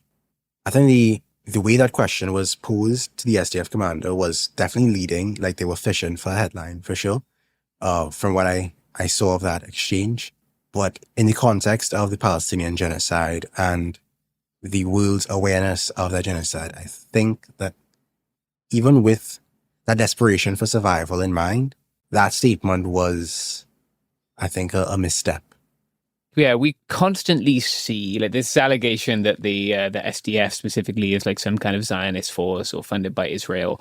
That's been around for decades, right? I will say a couple of things. First of all, like in the early Kurdish freedom movement, Kurds died for Palestine, right? With the Democratic Front for the Liberation of Palestine at Beaufort Castle. If the Israelis were genuinely allies of the Kurds, no one would dare touch them. We have seen what Israel is prepared to do to Muslim countries. They don't need much excuse. They would do the same in Syria. Furthermore, Israel has continued to invade Syria and has held Syrian territory for decades and has continued to take more of it under al-Shara. And al-Shara has not done anything about it. So like I find the idea that he's like eliminating Zionism to be very frustrating when like the IDF is literally inside his country invading it. And the Kurdish freedom movement as a whole has been pretty forthright about the genocide. So on October 7th, 2023, I was in Kurdistan and we watched what happened first in Israel and then in Palestine, right? And they were pretty forthright about that no one should be killing civilians. And as the genocide in Gaza began, they were forthright about calling it a genocide. And I think they didn't have to. No one was particularly asking them in 2023, right? And they did. And they made statements about it. And like I think seeing them as somehow ideologically inclined towards Israel when it largely wasn't Israel who was fighting the Islamic State, right? It was largely them in the US. Like I think it's just people understanding the politics of the Middle East in terms of Marvel movies. Like there can only be two sides. And like, I'm sure at the time when they were facing genocide themselves, they would have welcomed any support, but that doesn't mean that they support the murder of civilians in Gaza. They have been like extremely clear about that for an extremely long time. Absolutely. I don't think that should be called into question just because of the statement of one commando. Yeah. So after much fighting, the SDF signed agreements relinquishing control over Raqqa, Deir ez-Zor, and remaining territory west of the Euphrates, retaining only Hasaka and Kobane after withdrawing from the Tishreen Dam. But even after conceding so much, government forces violated ceasefire terms, so the SDF declared general mobilization across the Kurdish regions of Syria and neighboring states as a last, desperate attempt to rally resistance. By the end of January, the autonomous administration had lost roughly 80% of the territory it once governed. The SDF was forced to retreat almost entirely into Hasaka Governorate. And on the 30th of January, the SDF formally announced a ceasefire with the Syrian government and accepted a framework for folding both their military structures and civilian administration into the Syrian state. Syrian authorities set timelines on this agreement. Within a month, they would retake control of border crossings, oil and gas infrastructure like Kermelani and Al-Suwaidi, detention camps holding ISIS members and their families, and strategic sites such as Kamishli International Airport. Interior Ministry units were scheduled to deploy to Hasaka and Kamishli almost immediately, and Syrian security forces would oversee the absorption of the Kurdish internal security apparatus, the Asayish, into the state's policing structures. Militarily, the SDF is slated to be absorbed under the Syrian Ministry of Defense, but on an individual vetted basis. Up to now, the fate of the female fighters and non-Syrian fighters within the SDF is unknown. Yeah. And on the civilian side of things, the institutions created by the Rojava administration are to be absorbed as well. Kurdish officials have thus far secured the governorship of Hasaka and limited command roles within the military. In exchange for their surrender, the Kurds gained some recognitions on paper. The government claims to affirm national civil and educational rights, promised the return of displaced populations, and issued decrees recognizing Kurdish as a national language taught in schools, declared the Kurdish celebration of Nowruz a public holiday, and reversed decades-old citizenship policies that stripped tens of thousands of Kurds of their citizenship. Thus far, most of these promises are on paper, as I said. Yeah, I think they'd see it as like a rebranding, not a surrender, as an agreement. Like, from what I understand, the YPG still see themselves as the YPG, or the YPG still see themselves as the YPG. The YPJ very much still see themselves as the Women's Defense Force. And so, like, as you say, like, all of this is a paper agreement currently.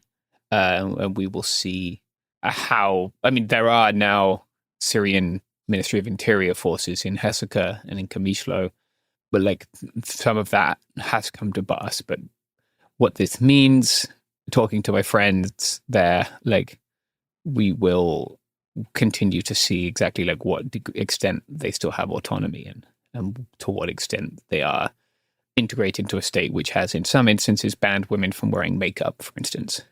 Yeah. So the US and France co-signed this agreement and pledged to oversee its implementation. And the president of the Kurdistan Regional Government in Iraq has also welcomed this agreement. But it still remains to be seen what happens next.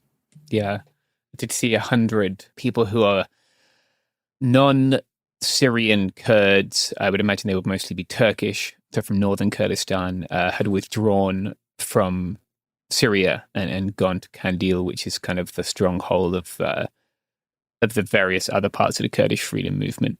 So that's in southern Kurdistan or Iraq. It's near the border with Iran. But I saw that a number of them had withdrawn post this agreement. That was probably on the 10th of February or somewhere around there. So, yeah, sadly, this is an outcome of the imperialist world order, that empires and regional actors will crush any threats to their power, or will attempt to crush such threats. And as long as such power remains concentrated in these states and militaries and ruling classes, whether they are secular or nationalist or Islamist or anything else, none of us can be free. Yeah. We could sit around on our armchairs and speculate about what moves Rojava could have done differently, whether it be failure to advance further, whether it be insufficient integration of and buy-in of other groups into the project, whether it be the alliances or agreements or affiliations that they engaged in. We can also sit around and look at all the limitations they face. Some they managed to overcome and others not so much.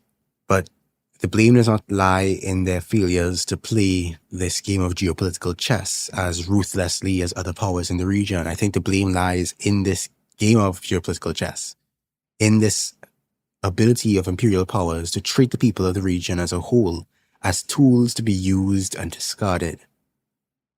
And in the end, I continue to hold to the position that only a shared uprising from below, one that refuses compromise, one that cuts across nationalist lines, has the potential to create a new world. And that fight must happen both within Syria and beyond, around the entire earth. The fight is not over in Rojava. I find it hard to believe that a people engaged in such a project would let go of that instinct and that drive toward greater and greater freedom.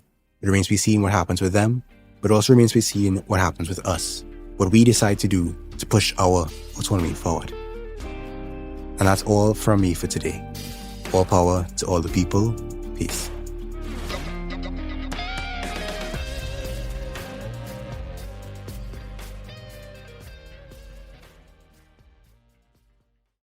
Support for the show comes from Public, the investing platform for those who take it seriously. On Public, you can build a multi-asset portfolio of stocks, bonds, options, crypto, and now generated assets, which allow you to turn any idea into an investable index with AI. It all starts with your prompt. From renewable energy companies with high free cash flow to semiconductor suppliers growing revenue over 20% year over year, you can literally type any prompt and put the AI to work. It screens thousands of stocks, builds a one-of-a-kind index, and lets you backtest it against the S&P 500. Then you can invest in a few clicks. Generated assets are like ETFs with infinite possibilities, completely customizable and based on your thesis, not someone else's. Go to public.com/podcast and earn an uncapped 1% bonus when you transfer your portfolio. That's public.com/podcast. Paid for by Public Investing. Brokerage services by Open to the Public Investing Inc. Member FINRA and SIPC. Advisory services by Public Advisors LLC, SEC registered advisor. Generated assets is an interactive analysis tool. Output is for informational purposes only and is not an investment recommendation or advice. Complete disclosures available at public.com/disclosures.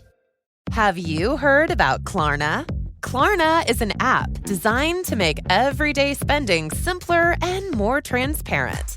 It gives you flexibility to decide how you want to pay, whether that's paying right away, paying later, or spreading payments over time, depending on what works best for you. Everything is managed in the Klarna app, so you can keep track of purchases and stay organized.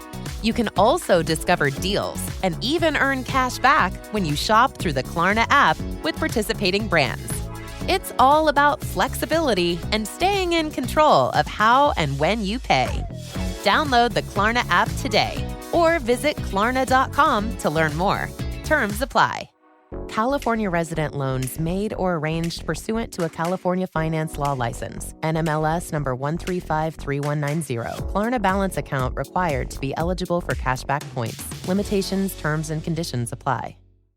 The countdown is on for the 2026 NFL Draft presented by Bud Light. Catch all 7 rounds, 3 days, live from Pittsburgh, April 23rd through 25th. Watch every pick live on NFL Network, ESPN, and ABC.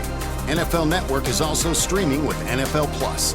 It all starts Thursday at 8 p.m. Eastern. Visit NFL.com/draft for more information. Subscription required for NFL Plus. Visit plus.nfl.com for terms. Picture this: a curve in the road, a change in plans. Well, what do you say? With the all-new Audi Q3, the answer's always yes. Yes to adventure.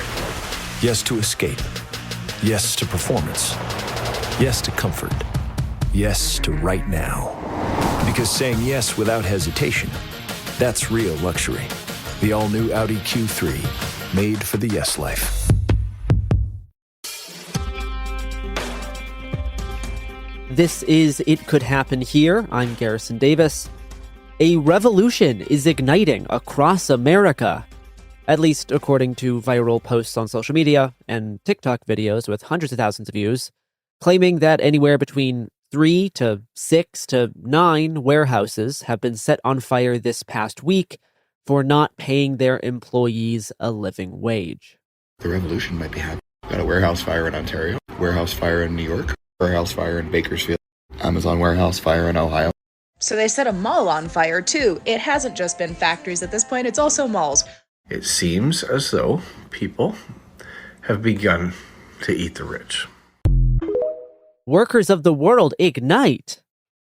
Like most instances of viral misinformation, there is a kernel of truth to this story, and one worth focusing on. But through a massive game of cross-platform telephone, facts and causality get warped and misconstrued. Selective reporting of similar but unrelated events can be used to assert a connection between certain events, even if there is none. But let's start with that kernel of truth. Just after midnight on April 7th, a 29-year-old warehouse worker named Shamel Abdul Karim allegedly set fire to a toilet paper warehouse in Ontario, California. After multiple pallets of paper products were lit on fire, the flames overwhelmed the fire suppression system and collapsed the roof. The blaze took over 12 hours to contain and ultimately destroyed the 1.2 million square foot distribution center leased by Kimberly-Clark, the company behind Kleenex, Huggies, and Cottonelle toilet paper. Local officials and the Justice Department have said the fire caused over $600 million of damages. The 20 employees who were working midnight shifts at the warehouse when the fire started all evacuated safely, and there were no reported injuries. The day after the fire, videos uploaded to social media the night of the fire resurfaced, appearing to show the suspect intentionally lighting 3 fires inside the distribution center while speaking aloud about low wages, corporate profits, shareholders, and poor working conditions. You know, if you're not going to pay us enough to live or afford to live, at least pay us enough not to do this. All you had to do was pay us enough to live. All you had to do was pay us enough to... There goes your inventory. The affidavit filed with the criminal complaint alleges that Abdul Karim filmed himself setting fire to multiple pallets of paper goods inside the warehouse, and as he lit the fires, he stated, quote, "If you're not going to pay us enough to fucking live or afford to live, at least pay us enough not to do this shit," unquote. Beyond the short videos Abdul Karim posted to his social media, the affidavit alleges he made further statements to friends and coworkers on the phone and via text message related to his motive for setting the fires. He allegedly texted, quote, "I just cost these expletive billions," and wrote that the, quote, 1% is an expletive joke. U.S. Attorney Bill Asaley said in a press conference that after setting the fire, quote, in a phone call to one witness, Abdul Karim compared himself to Luigi Mangione, unquote. Abdul Karim also allegedly texted, quote, "All you had to do was pay us enough to live. Pay us more of the value we bring, not corporate. Don't see the shareholders picking up a shift," unquote. This past Monday, Abdul Karim pleaded not guilty to arson charges in court. Though the warehouse stored Kimberly-Clark products, Abdul Karim was actually employed by NFI Industries, a third-party distribution company. NFI Industries is a family-owned private company and does not report its profits, but last year said they generated more than $3.7 billion in annual revenue and had over 18,000 employees. The average executive at the company has a $235,000 salary, with the highest paid making $700,000 annually. Meanwhile, the average pay of an NFI Industries warehouse worker in California, per job listing sites, is $18.74 an hour, with forklift operators and warehouse specialists making $22.39 an hour. The median household income in Ontario, California is $82,806 a year, and the average salary is over $73,000 a year, or $35 hourly. Ontario, California has a 28% higher cost of living than the national average. Last year, Kimberly-Clark made $2.4 billion in operating profit. The footage of this worker allegedly lighting the warehouse on fire went super viral on TikTok with millions and millions of views, sparking meme edits and hype videos. Then, in the days after the toilet paper fire, footage of other warehouse fires started to spread around TikTok, leading some people to believe that copycat incidents might be taking place across the country. Here's a clip with over 300,000 views of a left-wing TikTok influencer claiming that since the toilet paper arson, more people have begun setting their workplaces on fire. So apparently that guy that burns down the toilet paper warehouse because they were not paying him a living wage, or anyone a living wage for that matter, who the internet has dubbed Waluigi for Warehouse Luigi, was not the only one with that idea or to execute on it. And I will say I am not 100% sure on the timelines of all of these. Oh, you're not 100% sure? Well, then that's fine. Continue anyway. This guy goes on to say that since Waluigi, he's seen, quote, 4 to 5 to 6 other warehouses that have, quote, burned down or at least been set on fire, unquote. A lot of this social media reporting does not differentiate between a warehouse completely burning down and a small fire that is quickly put out. Neither do these social media reports provide evidence to the cause of these fires. One of the most circulated videos of one of these other fires is from Queens. At 7:30 p.m. on Friday night, someone reported smoke at an industrial complex in College Point, Queens. Firefighters soon responded to a rapidly growing fire inside a lumber yard warehouse. After the building was searched and no one was found inside, 300 firefighters worked all night to contain the blaze to the 64,000 square foot warehouse. The lumberyard did burn down, but no injuries were reported, and the cause of the fire is still under investigation. But a post on X, the Everything app, with almost 1 million quote-unquote views, read, quote, "Another disgruntled employee strikes at the heart of American capital." That TikTok influencer I already mentioned was very excited to share news of an Amazon warehouse on fire, despite not being quite sure of the details or how many warehouses were actually on fire. At least one of which I am beyond happy to announce was an Amazon warehouse, which is not to say more than one weren't affected. I've seen multiple videos of an Amazon warehouse on fire. I'm just not sure if it was multiple Amazon warehouses on fire or just multiple people recording the same Amazon warehouse that was on fire. Either way, bottom line, people are setting Amazon warehouses on fire. There is no evidence anyone set this Amazon warehouse on fire, and yes, it is just one warehouse, not multiple. On April 8th, firefighters responded to a fire at an Amazon warehouse in West Jefferson, Ohio. The fulfillment center was evacuated as smoke billowed from the roof of the warehouse. The fire was extinguished quickly and caused, quote-unquote, minimal damage to the underside of the roof, according to Jefferson Township Fire Chief Dan Gatley. There is no evidence that this fire was intentionally set by an employee or by anyone, and was possibly caused by a simple solar panel malfunction. Investigators believe 75 to 100 solar panels on the roof of the warehouse caught fire, which burnt through, quote, just a little bit of the rubber membrane on the roofing and some of the insulation, unquote, according to Fire Chief Gatley. This insulation fell onto 2 racks of Amazon products, but Gatley estimated that more damage was caused by the water used to put out the solar panel fire than from the smoke or the fire itself. The exact cause of the fire is still under investigation. A post on X, the Everything app, with 1.1 million quote-unquote views and 27,000 likes, shared video of smoke billowing from the roof of the Amazon warehouse and was captioned, "This is beginning to feel like something of a movement." Another post from a monetized blue check account with 1 million quote-unquote views and 26,000 likes also shared footage of the Amazon fire with the caption, "Another warehouse fire, this time an Amazon fulfillment center in West Jefferson, Ohio. Warehouse employees across the country are using their unique position to attack the substructure and base of the Epstein class," unquote. We'll return to talk more about these fires after this ad break.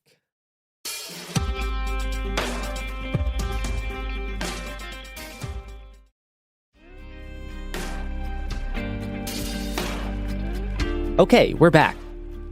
By the weekend, this warehouse fire meme really exploded, and people started collecting reports of warehouse fires from all across the country.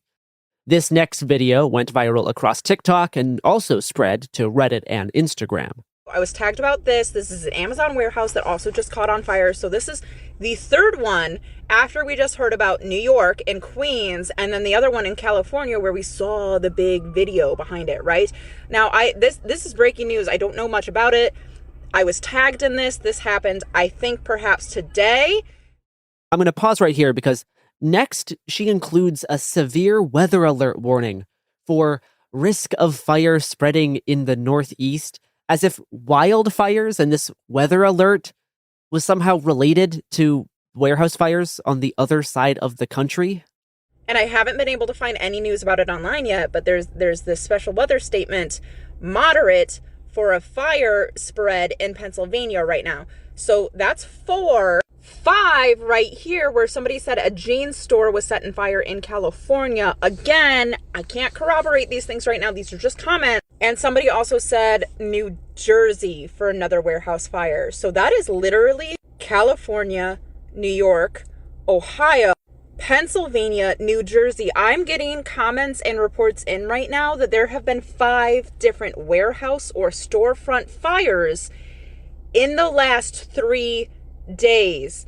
This shit is fucking wild. Holy shit. 6. I think that's 6 because it's 2 in California, New York, Ohio, Pennsylvania, and New Jersey. And again, I'm trying to find these items online right now, but I don't think the news cycle has caught up fast enough to it. So class war 2026 shit. This person describes herself on TikTok as a quote-unquote guerrilla journalist, and that video got almost 500,000 views on TikTok and 74,000 likes by baselessly claiming that a string of fires that may or may not even be real are actually intentional arsons in an escalating class war, #EatTheRich. Let's go over some of the details of a few of the fires that she and others have mentioned. In New Jersey, there were actually 3 fires this past week, one at a chemical plant, one at a battery warehouse, and a wildfire, which sent smoke into Pennsylvania. On Thursday, April 9th, a 3-alarm fire spread through a chemical warehouse in Newark, New Jersey. Over 100 firefighters brought the fire under control that afternoon. No employees were harmed, and the cause is under investigation. On the morning of April 13th, there was another 3-alarm warehouse fire in Rahway, New Jersey. While searching the structure, firefighters discovered the blaze emerged from pallets of lithium-ion batteries. The exact cause of the fire still remains under investigation. And this past weekend, a wildfire spread through South New Jersey, burning up to 160 acres and sending smoke into Pennsylvania.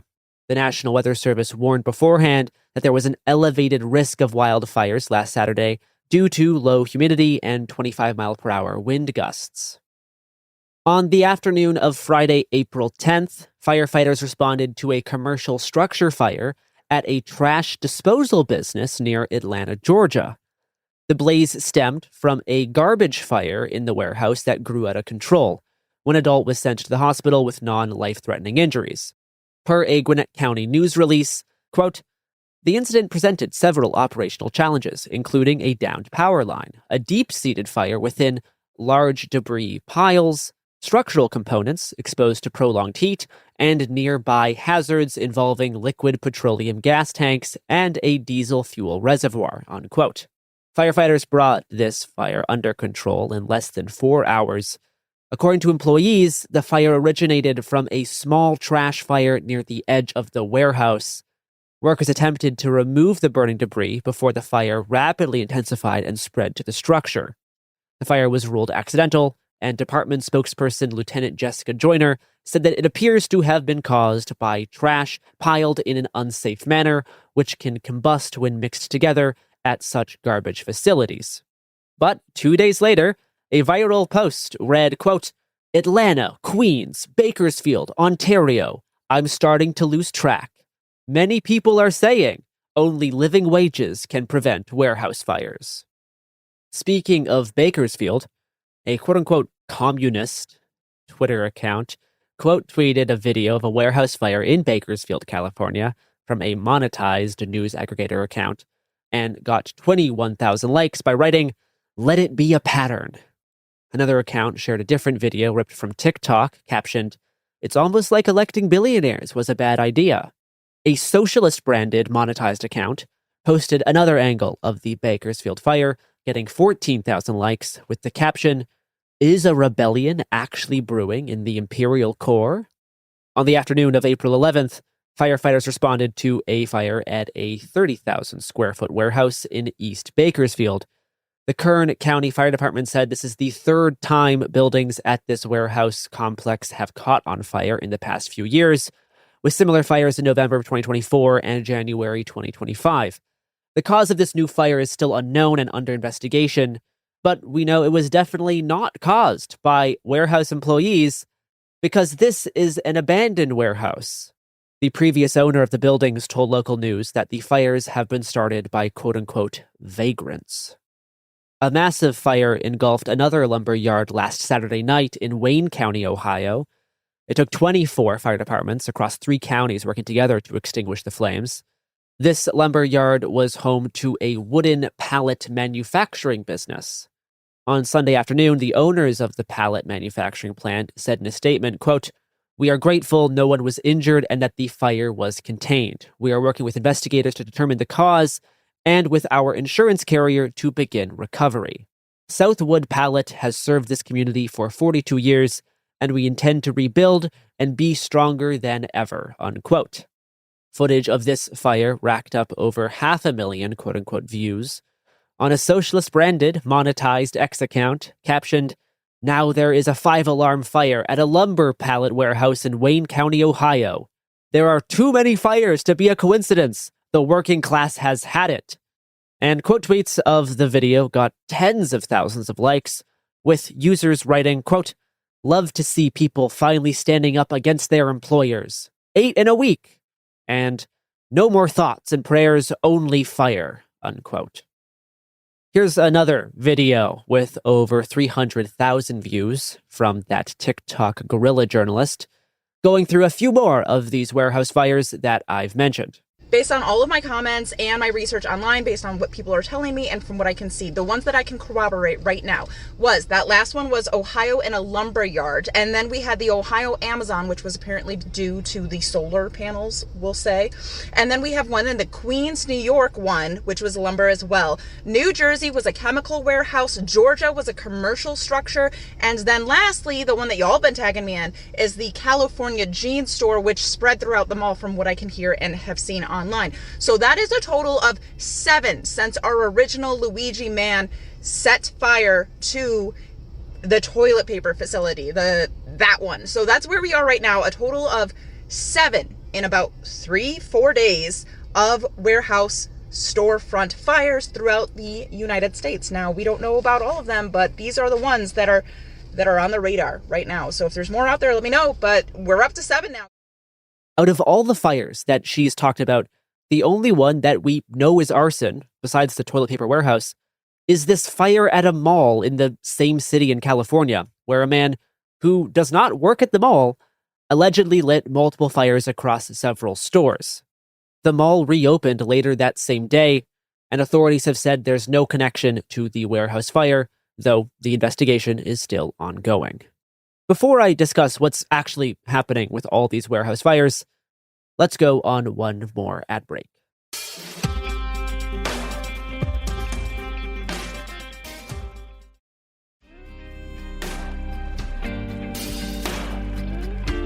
All right, we are back.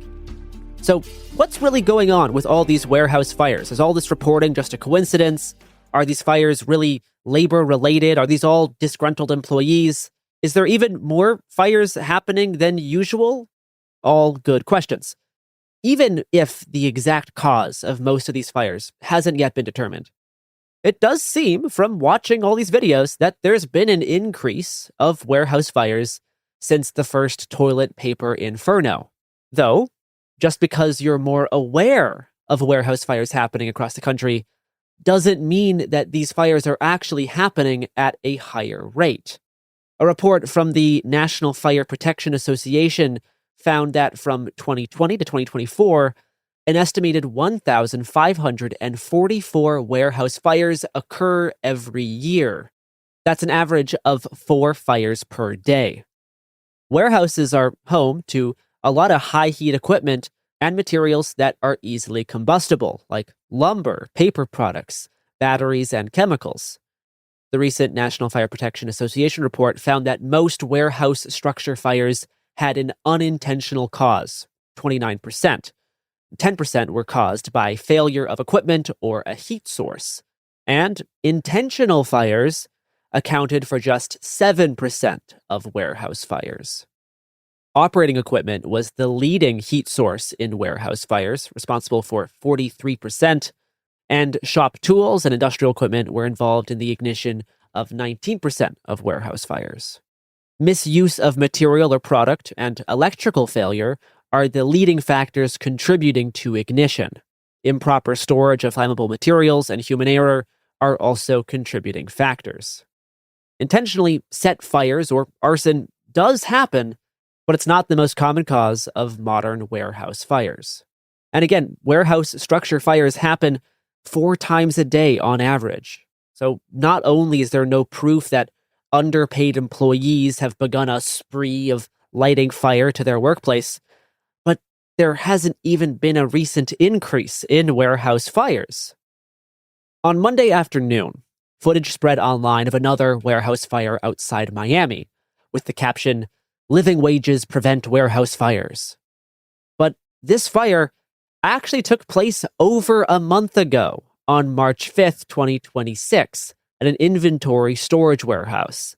An employee told NBC Miami, quote, "Apparently there was a short circuit and a spark fell on one of the carpets we have, and that's how the fire started. We tried to put it out, but it happened too fast," unquote. Officials have not yet confirmed those details, and the exact cause of the fire is still under investigation.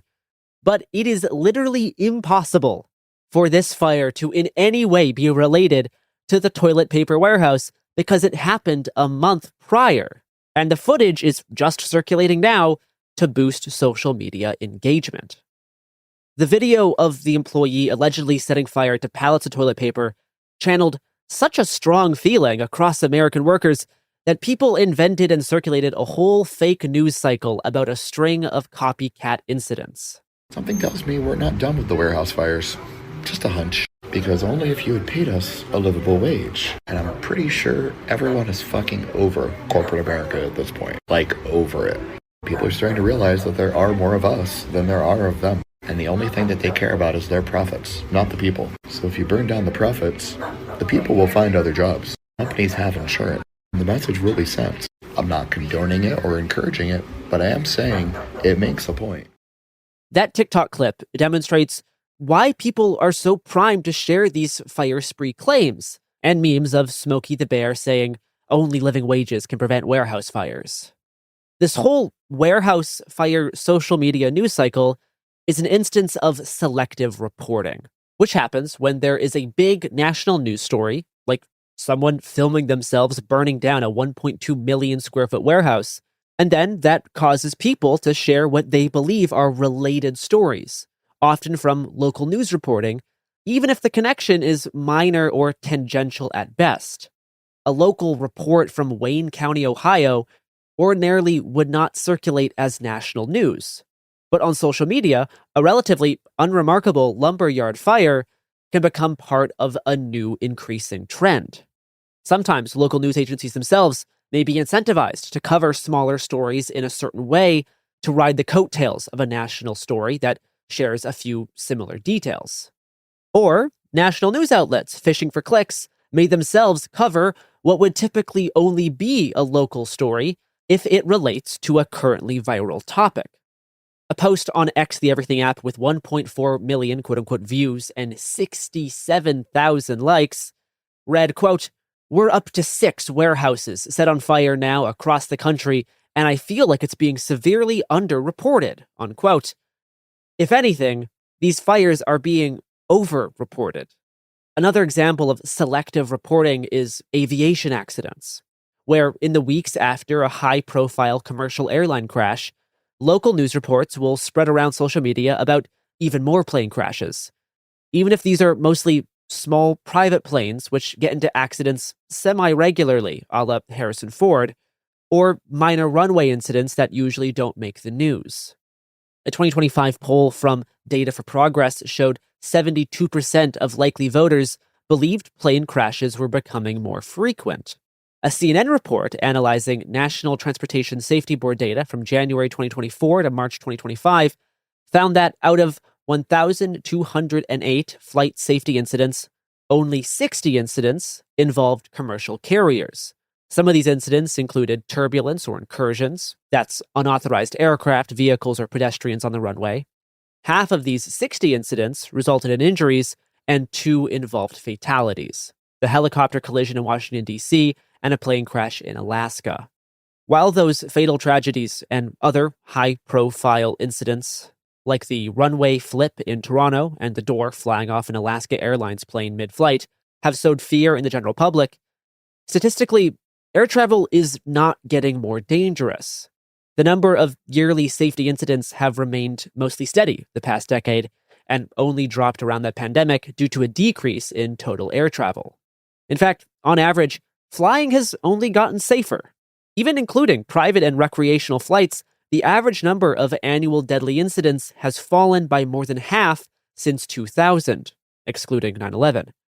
Despite viral news clips of near misses on the runway and an air traffic controller shortage, those runway incursions have also steadily dropped in recent years.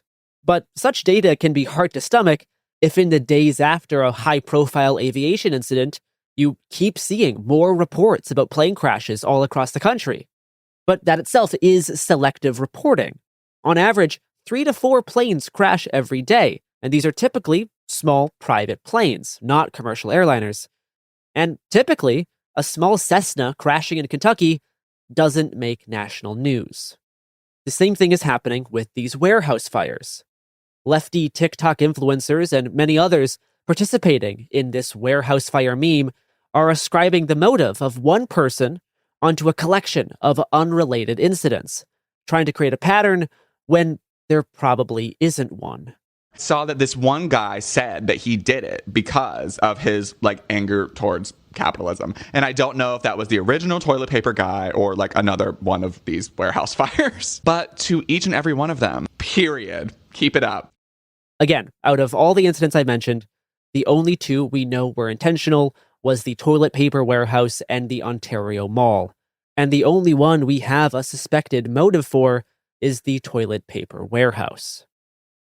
An Emerson College poll found that 41% of young voters thought the actions of the United Healthcare assassin were acceptable. Another 19% said that they were neutral on the question. Luigi Mangione memes and reactions to this toilet paper fire do demonstrate a form of class consciousness. This same week, people have cheered the attacks on the home of OpenAI CEO Sam Altman. Even if influencers are just trying to make a profit, there is an active willingness among the consumers sharing memes and this living wage warehouse fire content to rally behind such action. The working conditions at these warehouses can be inhumane. Just last week, a 47-year-old worker at an Amazon warehouse in Troutdale, Oregon, collapsed and died. Supervisors prevented someone with CPR training to assist with chest compressions and instructed employees to continue work as usual as the body laid still on the floor. Oregon OSHA has said the death was not work-related.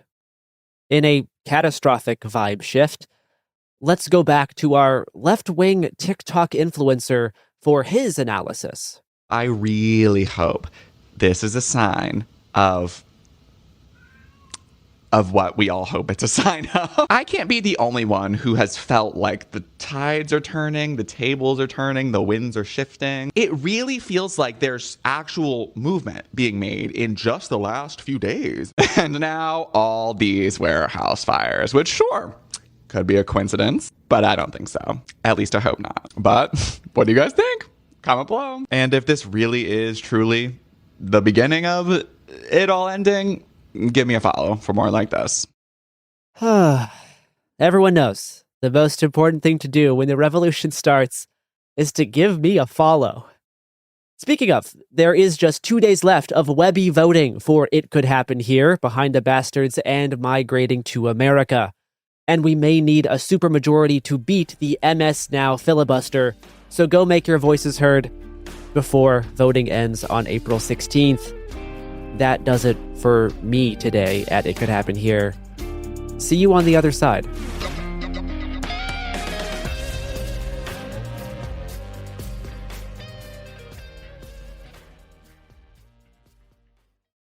Support for the show comes from Public, the investing platform for those who take it seriously. On Public, you can build a multi-asset portfolio of stocks, bonds, options, crypto, and now generated assets, which allow you to turn any idea into an investable index with AI. It all starts with your prompt. From renewable energy companies with high free cash flow to semiconductor suppliers growing revenue over 20% year over year, you can literally type any prompt and put the AI to work. It screens thousands of stocks, builds a one-of-a-kind index, and lets you backtest it against the S&P 500. Then you can invest in a few clicks. Generated assets are like ETFs with infinite possibilities, completely customizable and based on your thesis, not someone else's. Go to public.com/podcast and earn an uncapped 1% bonus when you transfer your portfolio. That's public.com/podcast. Paid for by Public Investing. Brokerage services by Open to the Public Investing Inc. Member FINRA and SIPC. Advisory services by Public Advisors LLC, SEC registered advisor. Generated assets is an interactive analysis tool. Output is for informational purposes only and is not an investment recommendation or advice. Complete disclosures available at public.com/disclosures.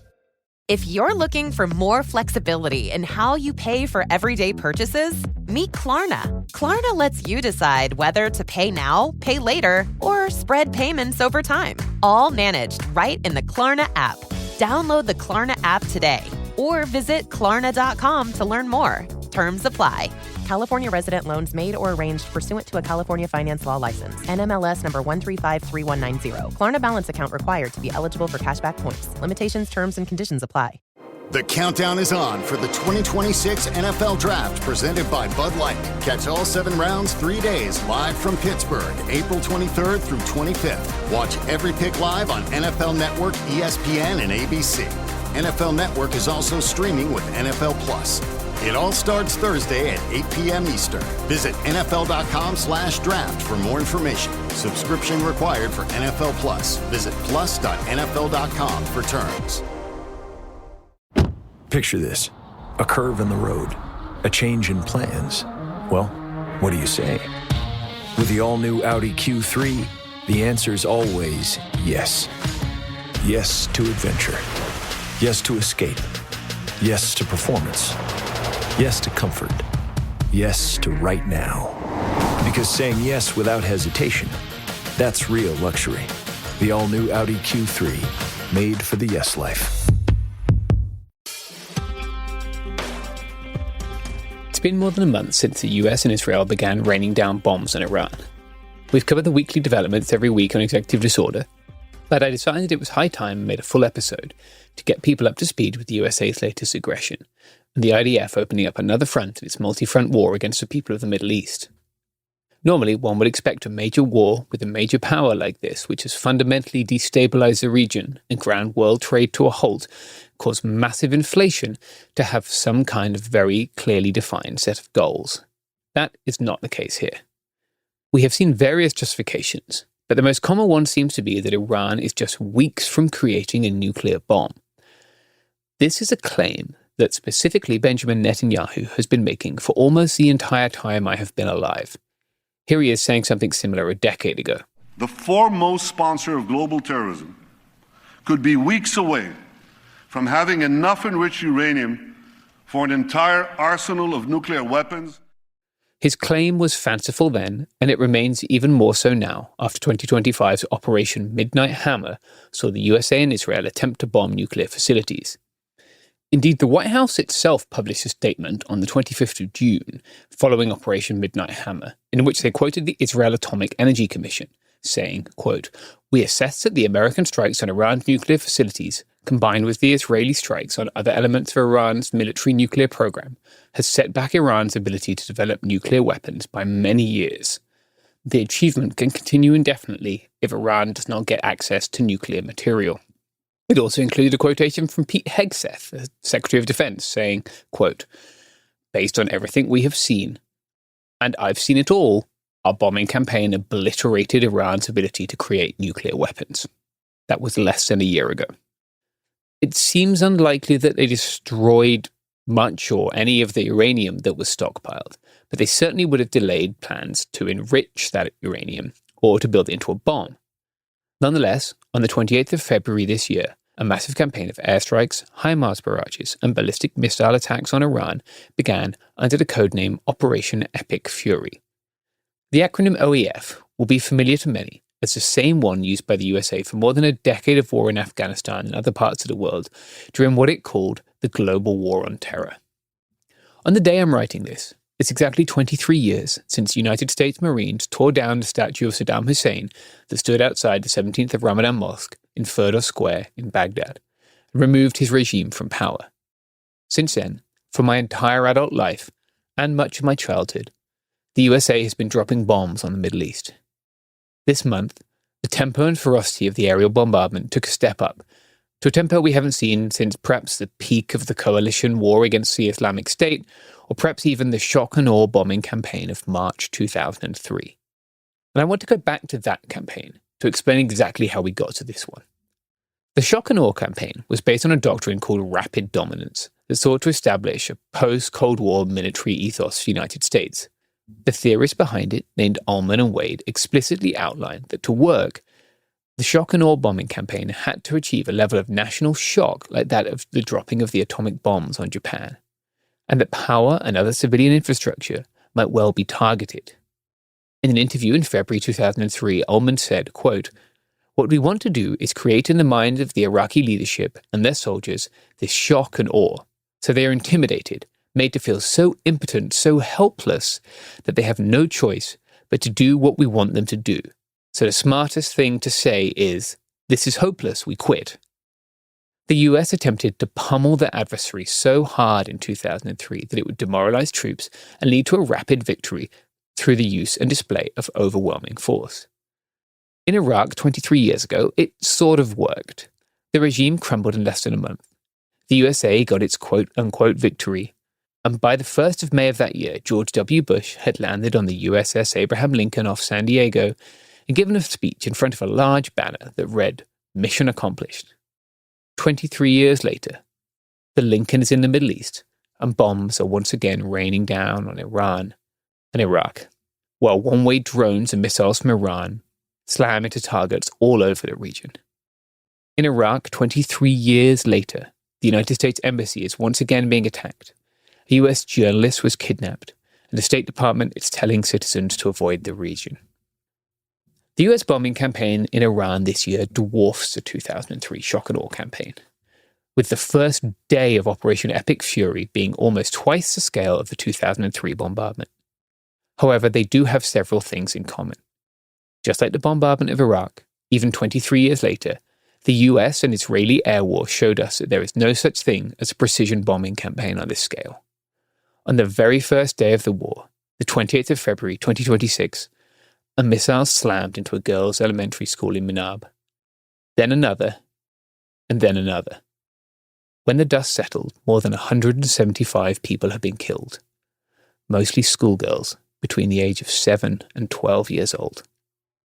The school was located near an Iranian Revolutionary Guard base, but the school building itself had not been part of a military facility for a decade. And yet, despite targeting technology that allowed 3 missiles to scream across a continent and hit a relatively small target in quick succession, apparently the US military had not been able to ascertain, or perhaps did not care to ascertain, that the result of their strike was the death of as many as 100 schoolchildren. The fact that I am reporting this 40-odd days into the war suggests that despite an even larger scale campaign than the USA deployed in 2003, despite the killing of little girls, The Iranian state has not said, "This is hopeless, we quit," as Altman hoped they might.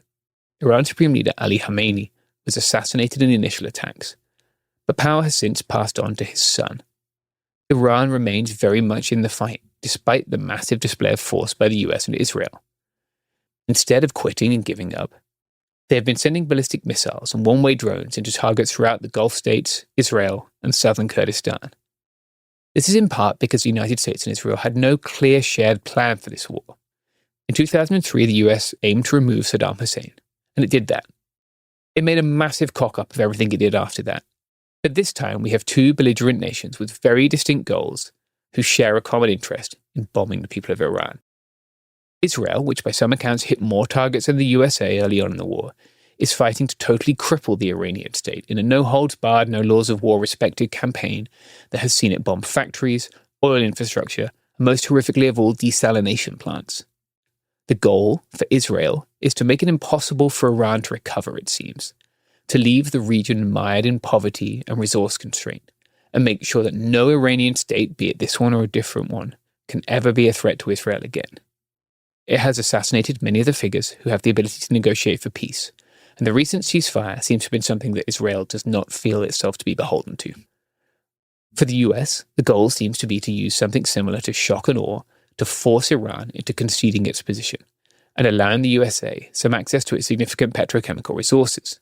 Perhaps emboldened by its success in Venezuela, the US might be expecting a similar client-state relationship here. However, this has not been the outcome. Over the weekend of the 11th and 12th of April, J.D. Vance, Jared Kushner, and Steve Witkoff flew to Pakistan as part of a Pakistani brokered ceasefire to engage in peace talks with Iran. Before these peace talks, we saw both the US and Iran circulating very different bases for negotiation, with Iran demanding tolls for ships passing near its coastline, an end to sanctions, and the removal of US forces from the region. The US demanded an end to the nuclear program in Iran, and at one point the president proposed a joint US-Iranian toll on ships passing through the Strait of Hormuz. The Strait of Hormuz is one of the areas where there has been significant disagreement, and so I want to explain a little bit about what the Strait of Hormuz is for listeners who are not familiar. Geographically, the strait connects the Persian Gulf and the Gulf of Oman, and thus the open ocean. It's just about 39 kilometers wide across its narrowest point, with about a quarter of the world's liquefied natural gas and seaborne oil passing through the strait. Because of its geographical location, Asia and Europe are especially reliant on these energy products. Many of the Gulf states will have no maritime export routes without transiting the strait. In response to the United States and Israel's bombing campaign, Iran effectively closed the strait through a combination of missile threats, claimed mining, very high-frequency radio broadcasts warning ships of the two previously mentioned threats, and uncrewed surface vessel attacks that blew up and damaged vessels, including oil tankers, in the Persian Gulf. At the time of writing, Iran is threatening ships transiting the strait, and the US is attempting to blockade all ships that aim to go to Iran. Iran has previously allowed some ships the right to pass safely if they pay a toll, payable in cryptocurrency or Chinese yuan. Some ships appear to have certainly transited the strait, but many more have not, and this presents a serious issue for global trade. Luckily, the problems with global trade have not affected our advertisers, so here are some goods and services that will probably cost more than they did a few weeks ago.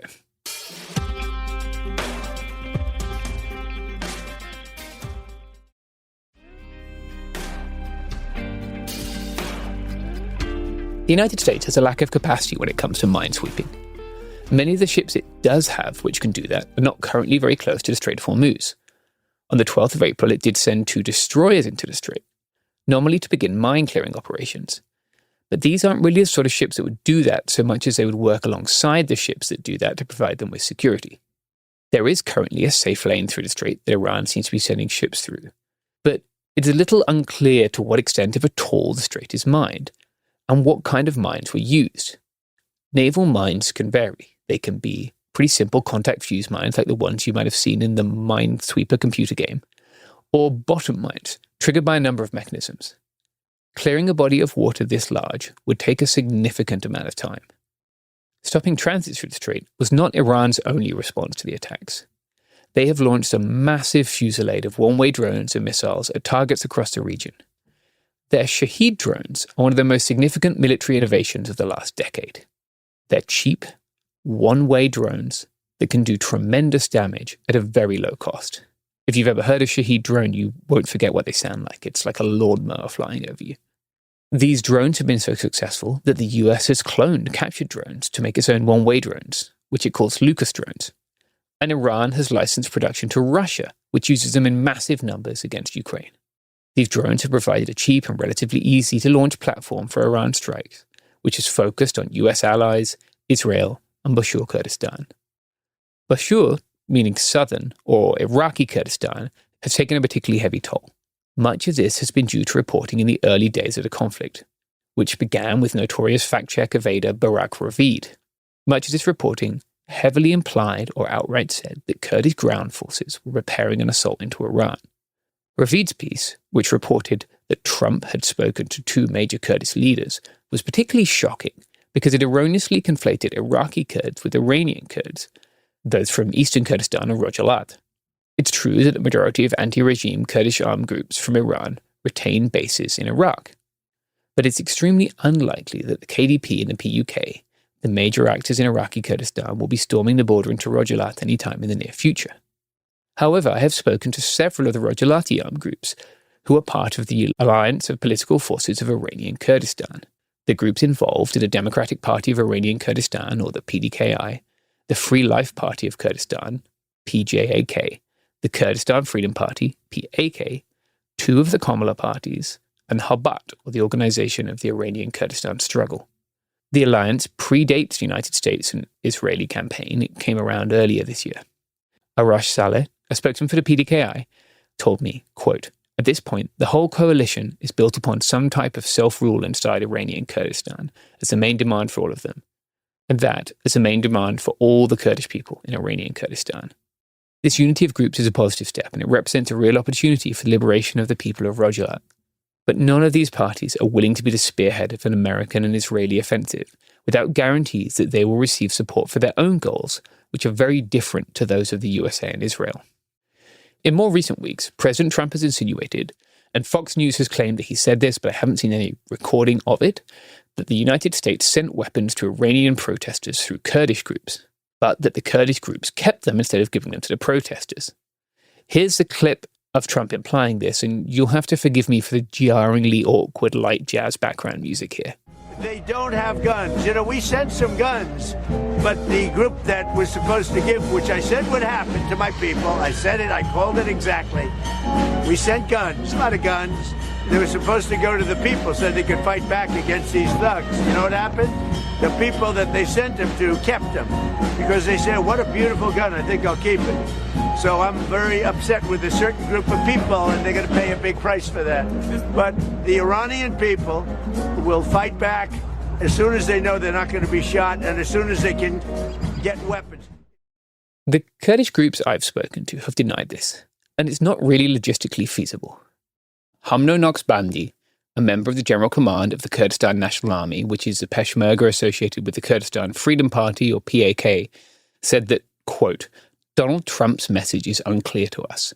What is there is that we, as our army, have in no way received weapons from the US or any other country, not even a single bullet."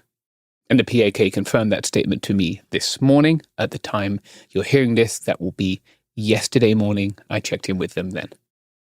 Transiting the mountains of that part of Kurdistan and then smuggling weapons all the way to Tehran is not what they do, and it will be very hard for them to do it. Also, at the time of the large anti-regime protests in Iran in January, we saw groups, notably the PAK, the Kurdistan Freedom Party, using weapons that really don't appear to be US supplied, like pump-action shotguns. Nonetheless, this rumor, combined with the fact that Trump really did call Iraqi Kurdish leaders at the start of the conflict, presumably to ask for support, has led to Iraq's Kurdistan region being targeted a great deal. These drone and rocket strikes have not just hit military targets, but also the refugee camps where the families displaced from Rojava live, and many other civilian targets in major Kurdish cities. To quote a PDKI statement, quote, "Since the beginning of the war with the United States and Israel, the Islamic Republic of Iran has so far targeted the family camps, medical centers, and educational facilities of the Democratic Party of Iranian Kurdistan, with more than 110 missiles and drones. These attacks have continued even during the ceasefire between Iran and the United States." But it's not just Iraqi Kurdistan being bombed. In fact, Iraq has a distinction of being the only country bombed by both sides in the conflict. This is in part because popular mobilization forces, sometimes referred to by the Arabic name Hashd al-Shabi, in Iraq have strong ties to Iran. The Popular Mobilization Forces, or PMF, if you're not familiar, were formed in 2014 and fought against the Islamic State in Iraq. But some factions within the PMF are also now listed as terrorist groups themselves by the United States. I want to resist doing the rather puerile Sunni, Shia, Kurd analysis here because I don't think it explains the whole situation and is far too often seized upon by commentators seeking to oversimplify things. Many Kurds are Sunni, for example, but some are Shia. Some Kurds are Christian or Jewish or have no religious belief. There are other groups in the region who are not Muslim or Christian. I think it's unnecessarily reductionist, but nonetheless it is worth noting that the PMF are mostly Shia, as is the regime in Iran.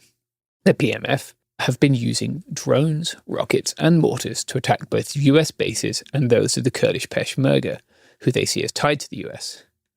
On their Telegram channels, PMF groups have shown successful attacks at what used to be Camp Victory near the Baghdad airport and against the US embassy facilities. While we can talk to Rojava groups and see PMF statements on Telegram, getting information on the conflict from inside Iran that's not regime propaganda is very hard. An internet blackout by the Iranian government has lasted more than a month. The information that we see coming out of Iran is either state-sanctioned or from people going to the border with Iraq to get cell phone signal, or from people using satellite internet devices like Starlinks.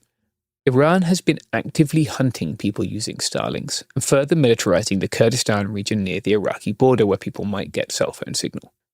Zania Bazizi and Siavan Amini, a Kurdish couple, were arrested on the 7th of March this year, and they have been detained ever since for the crime of using a Starlink. This repressive capability is not unusual or unique to Iranian Kurdistan.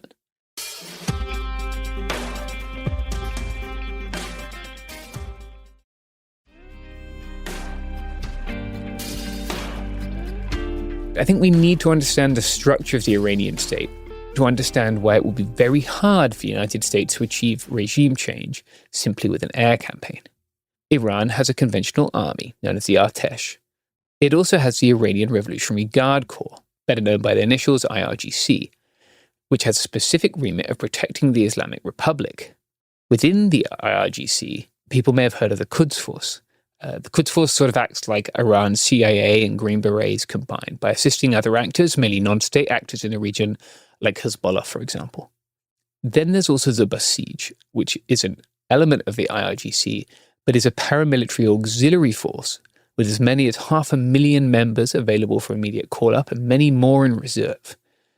The Basij are in theory directly loyal to the supreme leader, and they have participated in significant oppression of the population. Combined, these forces represent a massive apparatus for state violence that is dispersed among the civilian population. Recent reports say they are even garrisoning schools and other civilian buildings.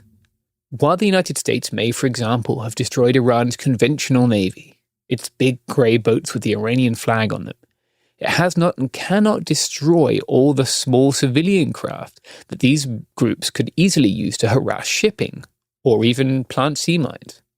Nor can it destroy the many one-way surface drones Iran has along its coastline. If you're not familiar with these, think of a remote-controlled boat that explodes when it hits its target. Israel has killed many IRGC figures, but many more IRGC units and Basijis remain untouched and willing to turn their weapons on any potential uprising in the country. With this in mind, let's talk a little bit more about those peace negotiations that happened last weekend in Pakistan. And particularly, let's talk about the composition of Iran's delegation. Amongst Iran's negotiators was Mohammad Jafari Sahrarud, who participated in the murder of Dr. Abdul Rahman Ghasemlu during negotiations between the PDKI and Iran in 1989.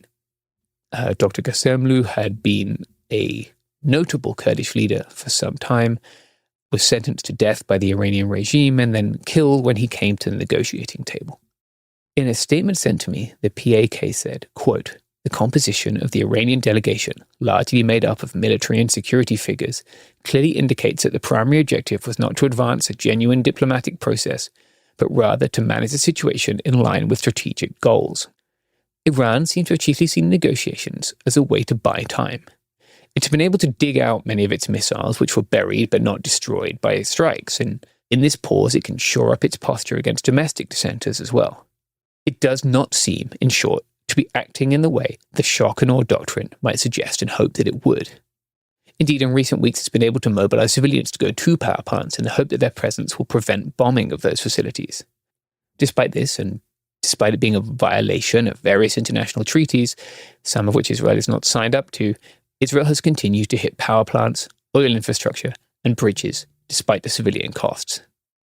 It certainly seems that after a weekend of negotiating face-to-face in Pakistan, the United States was not able to get what it wanted out of negotiations.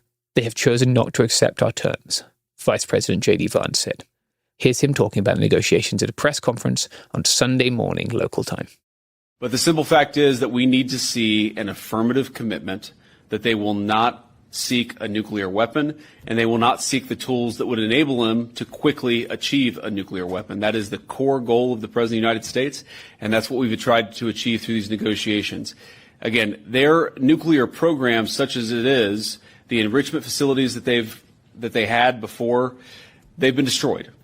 But the simple question is, do we see a fundamental commitment of will for the Iranians not to develop a nuclear weapon, not just now, not just 2 years from now, but for the long term? We haven't seen that yet. We hope that we will. Trump, however, has been talking about a more diverse range of goals than Vance lists here, talking about ending, quote, 47 years of extortion, corruption, and death in one truth.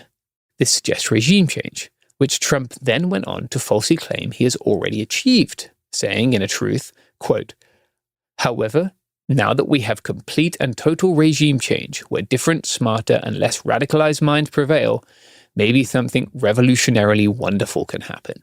Who knows?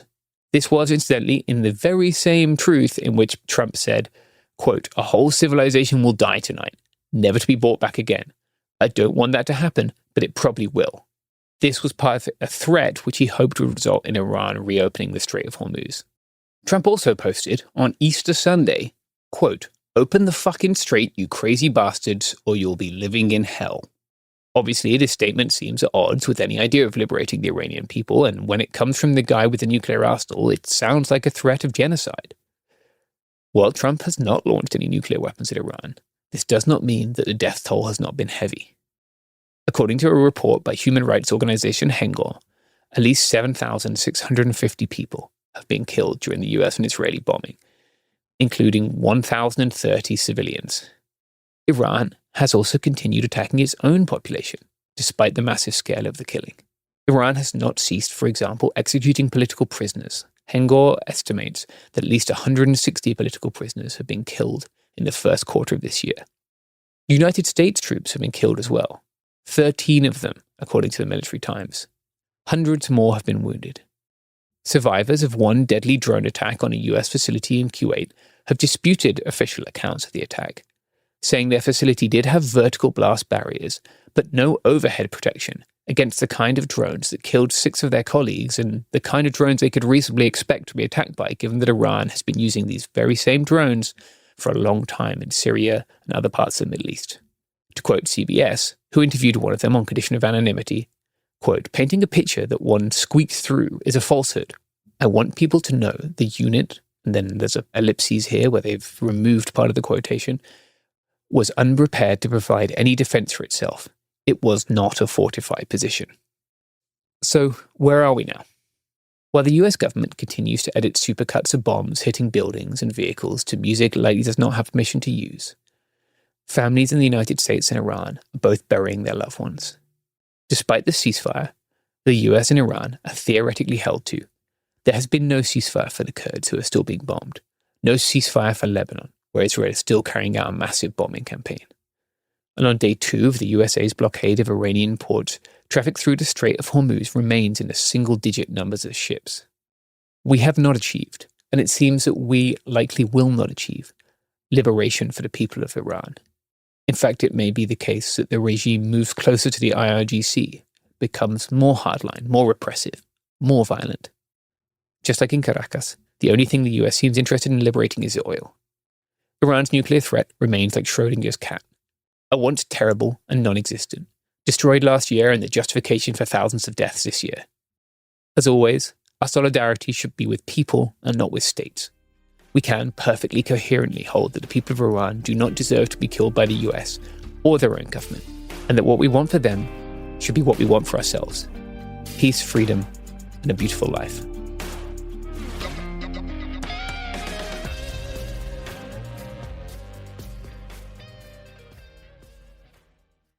Support for the show comes from Public, the investing platform for those who take it seriously. On Public, you can build a multi-asset portfolio of stocks, bonds, options, crypto, and now generated assets, which allow you to turn any idea into an investable index with AI. It all starts with your prompt. From renewable energy companies with high free cash flow to semiconductor suppliers growing revenue over 20% year over year, you can literally type any prompt and put the AI to work. It screens thousands of stocks, builds a one-of-a-kind index, and lets you backtest it against the S&P 500. Then you can invest in a few clicks. Generated assets are like ETFs with infinite possibilities, completely customizable and based on your thesis, not someone else's. Go to public.com/podcast and earn an uncapped 1% bonus when you transfer your portfolio. That's public.com/podcast. Paid for by Public Investing. Brokerage services by Open to the Public Investing Inc. Member FINRA and SIPC. Advisory services by Public Advisors LLC, SEC registered advisor. Generated assets is an interactive analysis tool. Output is for informational purposes only and is not an investment recommendation or advice. Complete disclosures available at public.com/disclosures. If you're looking for more flexibility in how you pay for everyday purchases, meet Klarna. Klarna lets you decide whether to pay now, pay later, or spread payments over time. All managed right in the Klarna app. Download the Klarna app today or visit Klarna.com to learn more. Terms apply. California resident loans made or arranged pursuant to a California finance law license. NMLS number 1353190. Klarna balance account required to be eligible for cashback points. Limitations, terms, and conditions apply.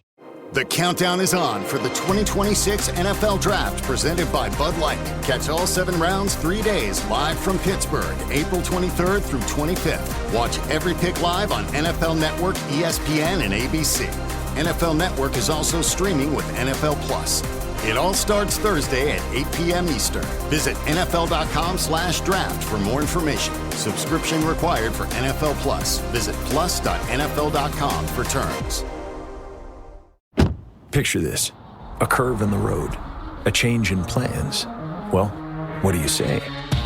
With the all-new Audi Q3, the answer's always yes. Yes to adventure. Yes to escape. Yes to performance. Yes to comfort. Yes to right now. Because saying yes without hesitation, that's real luxury. The all-new Audi Q3, made for the yes life.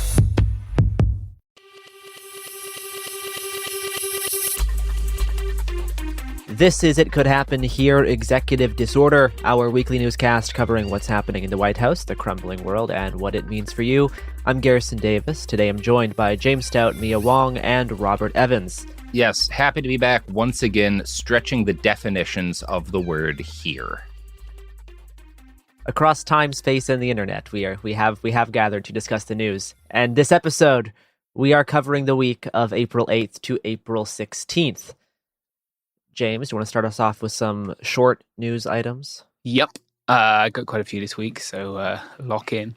There have been 2 Turkish school shootings this week. One killed 10 people, the other wounded at least 16. Since then, there have been 162 arrests for either sharing footage of the shooting or suggesting that similar attacks might happen at other schools. One suspect, according to BBC, made references to US mass killer Elliot Rodger on his WhatsApp profile.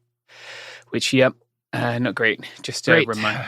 Yeah, I do find it somewhat frustrating when people say this stuff only happens in the United States. No, it doesn't. Now, it is a fair point to note that, like, most foreign mass shootings these days are inspired and influenced by American mass shootings. Mm-hmm, we are foundational to global shooter culture, but it ain't just us. Yeah, it's not just us, and unfortunately, like, culture is global, and this is part of that. We also have, like, your regular terrorism, but this is not that. This is part of that culture.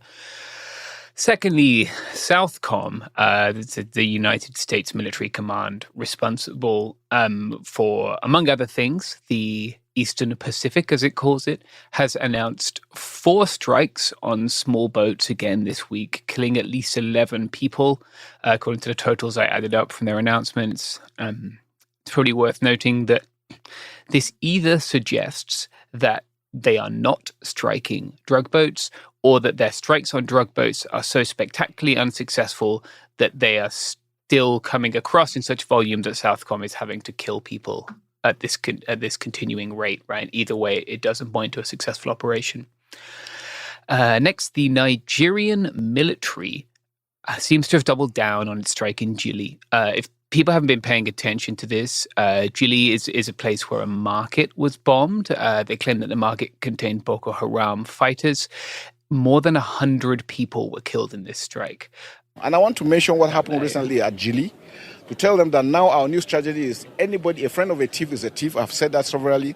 Anybody that is doing any trading, any support to them, we find you together with them. We're going to deal with you like the bandit, like the terrorists. So people should know, if you don't want to be harmed, please avoid where those terrorists are and don't give them any support. The suggestion here is that being present in a market where these people who are terrorists were also present justifies targeting them. Jesus. Yeah. It's worth noting the US has been supporting this campaign, right? And this is not the first incident in which civilians have been killed. I've written about this in my newsletter. An appeals court in the D.C. circuit has prevented Judge Boasberg from continuing an investigation into whether Trump officials sent migrants to El Salvador despite his order. D.C. Judge Rao wrote, "The government has a clear and indisputable right to termination of this judicial investigation because it is premised on an order that is insufficiently clear and specific to sustain a charge of criminal contempt." A longtime court interpreter, the only one for several South Asian languages in Texas, has been detained by ICE in an airport. She has withholding of removal to India, but with third country removals now increasingly on the table, that is presumably what they intend for her. Finally, in court news, another DOJ attorney has been fined for missing deadlines in a habeas case, and once again, that attorney cited a crushing caseload as the reason why they'd missed those deadlines. This week, both the House and the Senate failed to advance a war powers resolution compelling the president to cease military action in Iran. The House vote in particular was very close, with 213 votes to 214. With only one Democrat, Jared Golden, voting against it, while one Republican, Thomas Massie, voted in support. On Monday, the Trump administration agreed to restore the pride flag to the Stonewall National Monument as a part of settling a lawsuit over its removal. This weekend, President Trump got into a fight with the Pope over his statements against the U.S. and Israel's war in the Middle East. The president truthed that the Pope was, quote, weak on crime and terrible for foreign policy, unquote, before sharing an AI image of himself depicted as Jesus Christ. The next day, Trump claimed, quote, I thought it was me as a doctor, unquote. Great stuff. Great stuff. Just to briefly fact check, he is neither of those things. No. As far as I'm aware. Jesus or a doctor. Yeah. Legally. Yeah. I think it is notable and very funny that this has now shifted not a significant, but it's shifted a discourse on the right to whether or not Trump is the Antichrist, with enemy of the show Rob Dreher saying, quote, he's giving off Antichrist energy. So incredible things are happening for Donald Trump among his nominal base. Meanwhile, Franklin Graham thinks it was an honest mistake. Yeah, I'm sure he does. Yeah. Mm-hmm. On Wednesday, police responded to a bomb threat at the Illinois home of one of Pope Leo's brothers, about 40 miles southwest of Chicago. No explosive was found. So Congress is in the process of deciding whether or not to reauthorize Section 702 of the Foreign Intelligence Surveillance Act, or FISA. It's going to sunset on April 20. We're recording this on the 16th, so in 4 days, if Congress does not reauthorize it. Section 02 is what lets intelligence agencies in the U.S. collect email, phone, and text communications from foreign nationals outside of the United States, which often leads to communications of American citizens being caught for obvious reasons, right? As well, they get kind of swept up in that big net. The FBI once has asked for and has gotten some permission to like look into that database to get information on American citizens. Congress put some limitations on that in 2024, but it remains very controversial. And basically, like one of the big debates over this is, and there was a vote in 2024 as to whether or not to require intelligence agencies to get a warrant before accessing Americans' communications. And that failed to pass by a single vote in the House, 212 to 212 split in 2024.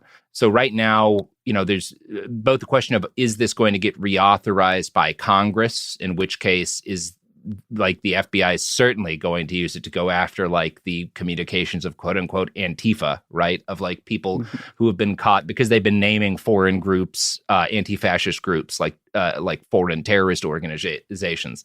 That's very obviously like one of the things this is going to be used for. It's kind of unclear like what is going to happen here, where Congress is going to land. I did find there's an interesting article in Just Security where they're very worried that because of how very obvious it is that federal law enforcement will abuse this, Section 702 will just kind of go away entirely, and the useful aspects of it, as they see it, will no longer be possible. That's not my primary concern, but it's interesting to read someone being like, oh my God, if these guys go so crazy, like if they keep refusing to like allow warrants to be entered into the process and keep insisting on going after like left-wing domestic terrorists, they're going to lose our ability to like surveil foreign nationals entirely, is kind of the concern from a lot of security people. Anyway, just probably good that you're aware of that. So probably the biggest international piece of news this week that we're covering is the defeat of Viktor Orban, who was often considered to be like a quasi-dictatorial figure. I mean, he arose to power in Hungary legally, but his party, like as soon as he took power more than a decade ago, he's basically been cracking down on the ability of counterparties to like organize. There's been like massive crackdowns on the like ability of it's a lot of prototype Trump stuff. Like they went after professors, they went after colleges, they went after like public funds to educational institutions, to libraries. Yeah. He pioneered the modern tactics of undermining liberal democracy via the legal system. Yes. Yeah, it's like him and Erdogan are sort of like the two. Went after the LGBT community, tried to criminalize like pride events and stuff. And also like, and a big part of like Orban was obviously very anti-migrant, like we don't want to take in, particularly during the Syrian refugee crisis. That was like a big moment for them. But he was also really anti-EU. Hungary is a part of the EU, but Orban's party was very like the Fidesz party was super EU critical.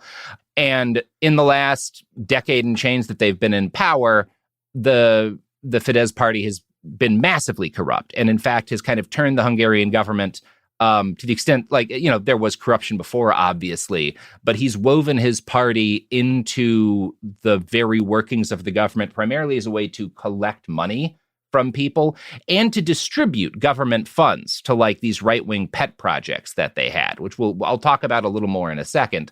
But this started to piss people off in Hungary, particularly because the government wasn't doing a good job of governing. Like the Hungarian economy remained one of the worst in Europe.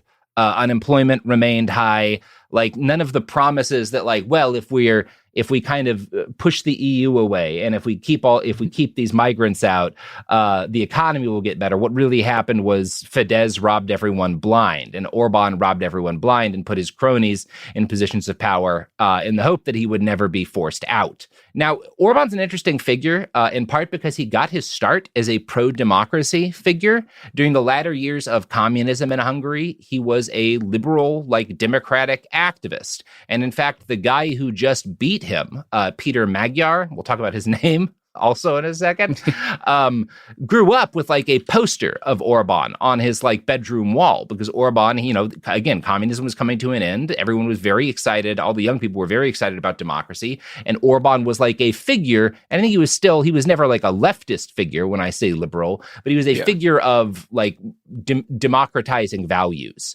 Now, Magyar himself is an odd guy.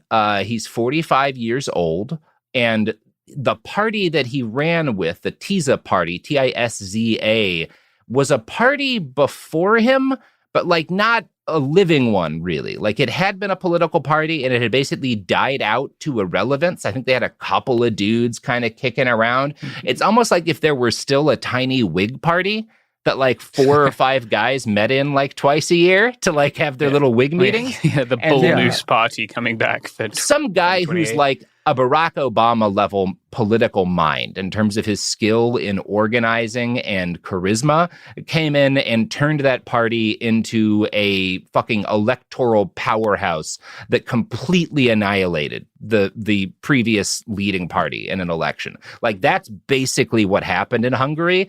It's a very weird story, and Magyar is definitely brilliant in terms of he is someone who is objectively very intelligent when it comes to how to build power in a political organization and how to win elections and how to message to people. He's very good at all of that stuff. Now, this is not like a leftist or a progressive like hero type figure. And he has not pretended to be very clear. That's not how he built himself at all. In fact, in some ways, he's more conservative than Orban. His party, the TISA party, is like even like Orban at least had like a guest worker program and stuff. And Magyar's against even a lot of that stuff. Like, he is actually more hostile to having like immigration, but he's not anti-EU. And he's not, what's interesting is like, he's really kind of hedging in between, like hedging his, I don't know entirely how to describe this. He's like writing a very weird line because he is not anti-Ukraine, but he's also against Hungary sending weapons aid directly to Ukraine. But his whole attitude is like, I'm not super pro what you guys are doing, but I'm not going to fight anything in the EU Parliament. Hungary's going to stop. Hungary has been like a spoiler in EU politics for a while, where they would just kind of vote to fuck with whatever the EU wants to do, especially as regards aiding Ukraine. And Magyar's whole thing is like, I'm just going to stop. Like, I'm not going to full-throatedly support the stuff you guys want. I'm just going to stop being an anchor weighing you down, which is enough, like, for the EU to be excited about this. Yeah. Like, finally, this guy, Hungary's not going to be, and Hungary has a weird history of acting like an anchor on other polities sometimes. That's kind of what was going on in the Austro-Hungarian Empire in like the pre-World War I era, where Hungary saw itself as very separate from the Austria-Hungary aspect of things and would vote to like fuck with the military because they wanted their own military to get more powerful. It's not entirely the same. It's just interesting the level of like contrarianness that's kind of baked into a lot of Hungarian politics. I mentioned something about Peter's name. So the Magyars are like the original like nomadic horse warrior people of the area we know as Hungary today. The name Magyar just means Hungarian now, but it came from the most powerful of these like tribes of nomadic warriors. And someone had made a point of this on, I was either Twitter or Blue Sky around the election, that like Peter Magyar is basically if a guy was named Johnny American.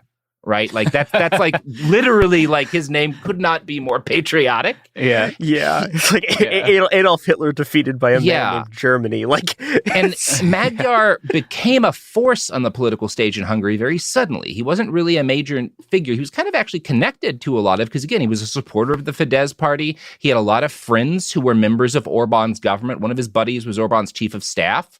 In 2006, he married a woman, Judith Varga, who was the minister of justice for the Fidesz party under Orban, right? And he'd worked as like a diplomat in Brussels. So he's like a guy who's part of this government apparatus that Orban puts into place. But in 2024, there's this huge scandal where the Ministry of Justice and like his wife, by which I mean now his ex-wife, because they split, and then his ex-wife pardons a man who had gotten convicted for covering up a sex abuse scandal at a children's home. And Magyar becomes like one of the most visible figures on the backlash, being like, this entire party is corrupt. This is super fucked up. And he's coming from a position of, and I was a part of it, so I know. Like, I'm an insider who's broken from the group because how corrupt and bad this is. And there's some messed up stuff in there. Magyar does attack Orban and Fidesz because his ex-wife gets fired along with another woman when this scandal becomes a problem. And he accuses the government of like hiding behind women's skirts. But he's also got, he's an odd there's some uncomfortable, not damning or anything, just some like uncomfortable realities about him. And I want to read a quote from an NPR article that came out recently that talks about some of this. Magyar has blamed the end of his marriage to Varga, at least in part, on political disagreements. Notably, just months before their divorce was finalized in 2023, he secretly recorded one of their conversations. In it, Varga was talking about an attempt by government aides to interfere in a corruption case. Magyar released a recording in the wake of the pardon scandal the following year, which only added fuel to the fire and credence to his corruption claims. And his wife resigns from public life altogether after this. She has accused him of verbal and physical abuse, including like locking her in a room. And obviously, like the whole recording account, there's some uncomfortable stuff about this guy. Yeah. But that said, she's also super corrupt and like doing a lot of really, so I don't know, and no one really does. If you read a lot about this guy, one of the things people point is that we don't actually know a lot about him other than he's really good at whipping a party into shape and winning an election, right? Like he proved that much. But we don't know much about him. Even Orban has made anti-LGBTQ rights a big part of his platform, especially as his position has gotten weaker. He's tried to like supercharge that as a way to hold on to power. Magyar's not pro-queer rights, but he's not anti-queer rights. He has criticized the Orban government from going after LGBTQ people and says that they're doing it to distract citizens from the issues, which is true. He said that he supports the right to assembly. He has not said that he supports LGBTQ rights. That said, if going from a guy who's like, I actively want to prosecute people for being queer to a guy who's like, I just don't want to talk about it is probably an improvement. It's worth noting that in his victory speech, he did make 2 references to LGBTQ rights, saying that, quote, everyone can live with whoever they love as long as they do not violate laws or harm others, and also said, quote, we want to make a country where no one is persecuted because they think differently or because someone loves in a different way to others, unquote. This is, again, broadly a really good thing. And it's also good. It's good in Hungary. It's also good worldwide because Hungary has been for years not a major supporter of far-right groups. One of the things Magyar pointed out as soon as he won election is that there's evidence that they have found that the Fidesz party was using Hungarian governmental funds to support a couple of, number one, to support CPAC, because they hold like a foreign CPAC gatherings in Hungary. So like CPAC has been getting money from the Hungarian government. And Magyar said, like, that's not fine. We're not okay with that. I think that's actually illegal. And he has also noted that that government money was going to support the Matthias Corvinus College, or MCC, which was receiving funds from the Orban government, and that is going to stop. Now, the MCC is both like it's an organization in Hungary, but they also have a bunch of like foreign. They've got one in like Romania. There's one in Brussels. They have like a bunch of foreign branches, and they use the MCC and fund it in order to fund the far right in other European countries, right? Like the MCC supports, like the one in Brussels, supports in Brussels local far right groups. And it's been a fairly effective way of like funding some of these like, and oftentimes like Nazi adjacent organizations. And that money is looking to go away. And there's an interesting Politico article about some of this that talked to the MCC Brussels people, like the offshoot of this in Brussels.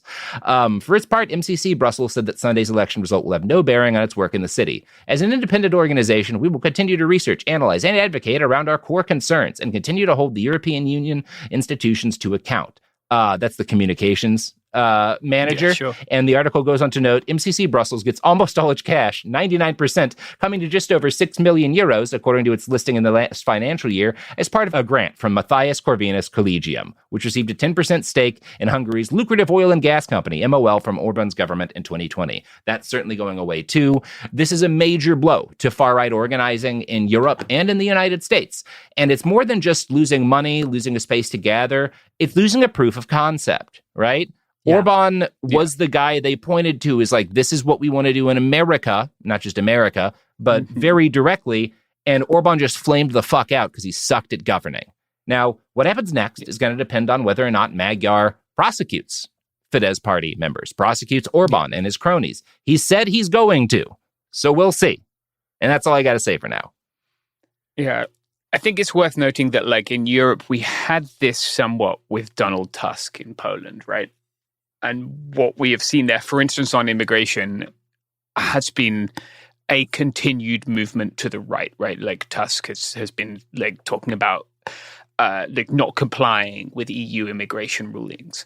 And I think that's probably something that people who are interested in which way this might go should look at, but that doesn't mean that it's a bad thing that Orban is out. No. That Orban conceded, right? Like he had multiple US politicians, including the vice president, campaigning for him. Yeah. And he lost, and he admitted he lost. And that is a very good sign. Part of why he conceded is he thinks that he's got enough people woven into the government that he can return to power, or at least his party can. So Magyar's big challenge is going to be making sure that doesn't happen. Yeah. Yeah, and whatever else, I think it's very, very unlikely that Magyar is going to be doing shit like, hey, we're going to use we're going to threaten to use facial recognition on everyone who shows up to a pride protest and a pride march and arrest them. So, hopefully getting better. Yeah, although again, he was willing to wiretap his wife. But you're right, Mia. He does not pretty craven. There's no evidence that he takes like pleasure in fucking with people. Like that doesn't seem to be his vibe. Yeah. So hopefully not. Yeah. All right. Should we take a break? We shall. All right. Then we will be back for more news.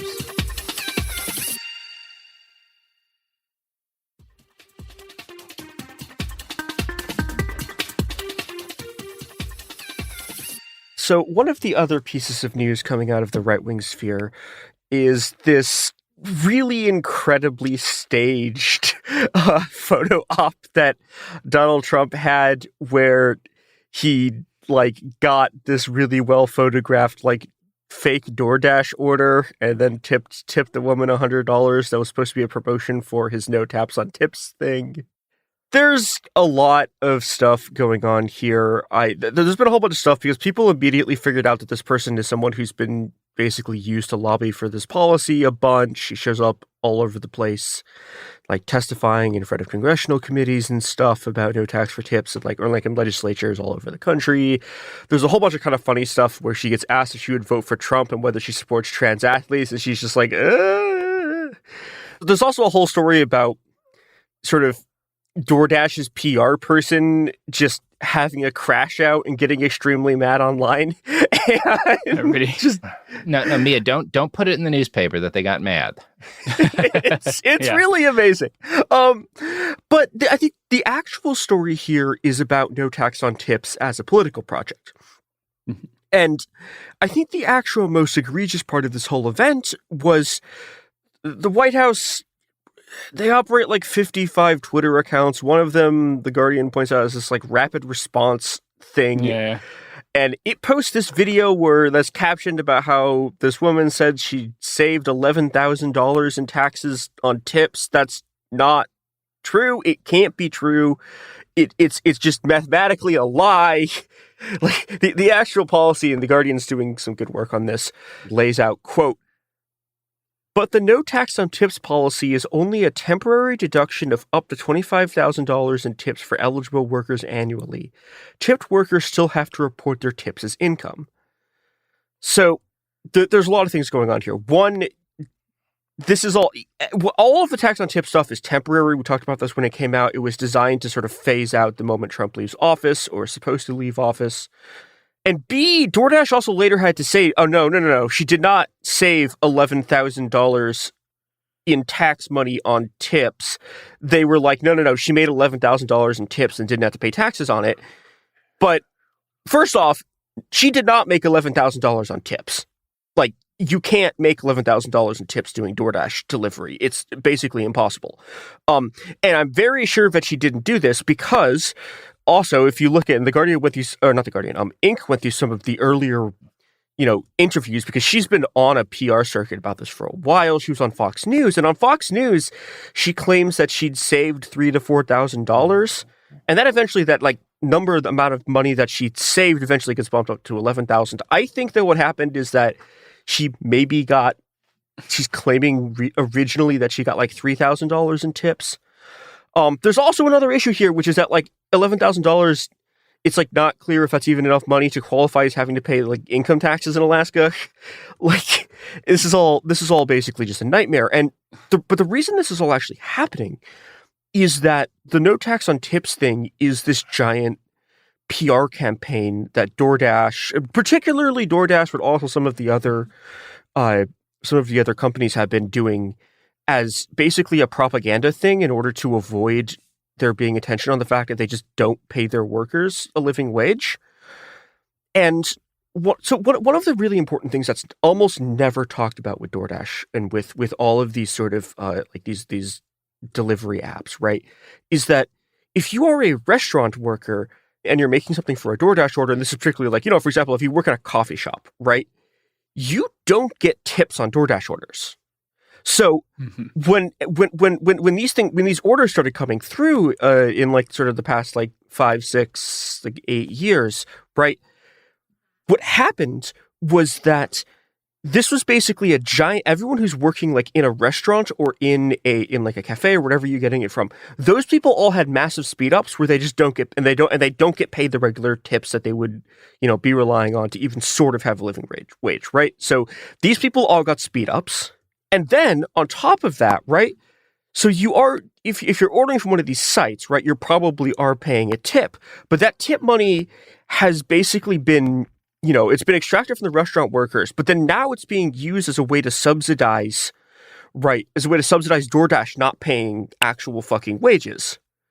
And so what this entire project is this giant attempt to basically continue this process and solidify this process and stop all of the organizing campaigns that have been happening against DoorDash to get them to like actually fucking pay people. And what's happening instead is that they're trying to shift everyone's focus to like, oh, hey, we can give you like no tax on tips, even though what these tips are and what the system that they've built is a system to basically exploit both restaurant workers and also specifically to make sure they don't ever have to fucking pay their workers any amount of money.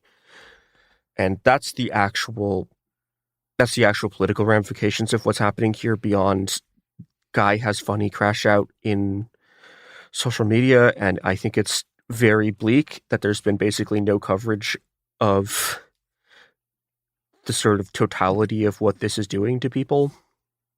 To circle back to the potentiality of the new Prime Minister of Hungary prosecuting the former corrupt administration, let's turn to California.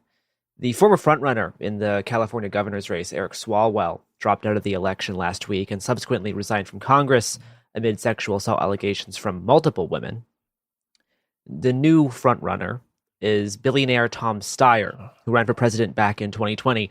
You might remember him from the "Yeah, good, okay" clip of where he tried to talk to Bernie Sanders as Bernie and Elizabeth Warren were beefing on stage after a presidential debate. Wait, is he the guy? Is he the guy who had that story about killing someone in Vietnam, or was that another one of the unhinged guys? I don't think Steyer wasn't super unhinged. He was a little bit boring. But nominally one of the more progressive people in that overstuffed race, despite being a billionaire. A lot of his poll is talking about we should tax billionaires like me more. I know, I'm a billionaire, I'll be fine. That's kind of his. That's kind of part of his shtick. Look, my opinion is, as a former Californian and just someone who's voted in California, in the long, grand history of Californian governors, he would be one of the better options that Californians have had. Which that's is not a high bar. Yeah. Really low bar. Yeah, and the race this year is just shite. It's again, like Arnold Schwarzenegger was the governor. And like firmly middle of the pack. Like it's absolute bollocks now. Like, sorry, I know I'm saying like very British words, but it is upsetting to me. It is funny to describe the California governor's race as bollocks. It's bollocks. That has been many times. I have to live here. I have to pay taxes to these clowns. I mean, it's California, baby. Like, you're going to periodically have governor races that are just like shit shows largely to provide content for the media. Yeah. Now, this week, Steyer released part of his immigration platform titled How California Can Put ICE in Jail, echoing cries that activists have been trying to circulate into popular consciousness for the past year. Now, Steyer doesn't just advocate for ICE to be abolished, which he does, but says in this new platform released on Substack, quote, "It's not enough for Democrats to simply engage in rhetoric and, quote-unquote, stand against ICE or Trump. California must build a system that fights fire with fire. To stop this authoritarian takeover, we must counter ICE head-on and go after both their agents on the streets and their leadership within the DHS. How do we do this? The same way we took on the mob. Put ICE agents and their leadership in jail for their crimes, because that's how you take on a violent extremist group and win," unquote. Steyer promises to do 5 things as governor to build this strategy to take on ICE. First, passing aggressive legislation, building on current California statutes, to outlaw any law enforcement agency from profiling based on race, ethnicity, language, occupation, or location. This directly takes on the Kavanaugh stops, which were approved last fall. And a lot of other Supreme Court decisions that, for instance, Border Patrol operates under. Then, Steyer says he'll grant the state attorney general authority to hold ICE's leadership accountable for violence by pursuing, quote-unquote, supervisory liability. Steyer writes that, quote, "This body of law empowers the California justice system to criminally prosecute and imprison not just the ICE agents who are committing these crimes, but the leadership directing them to do so," unquote. Mm-hmm. Steyer promises to appoint and fund a special investigative unit that's specifically tasked with enforcing these California laws, quote, "including laws related to the conditions at detention facilities. This unit will collect the evidence the Attorney General can use to prosecute offenders and their leadership," unquote. That's how he plans to take on ICE and leadership at the DHS and to prosecute crimes committed by ICE agents.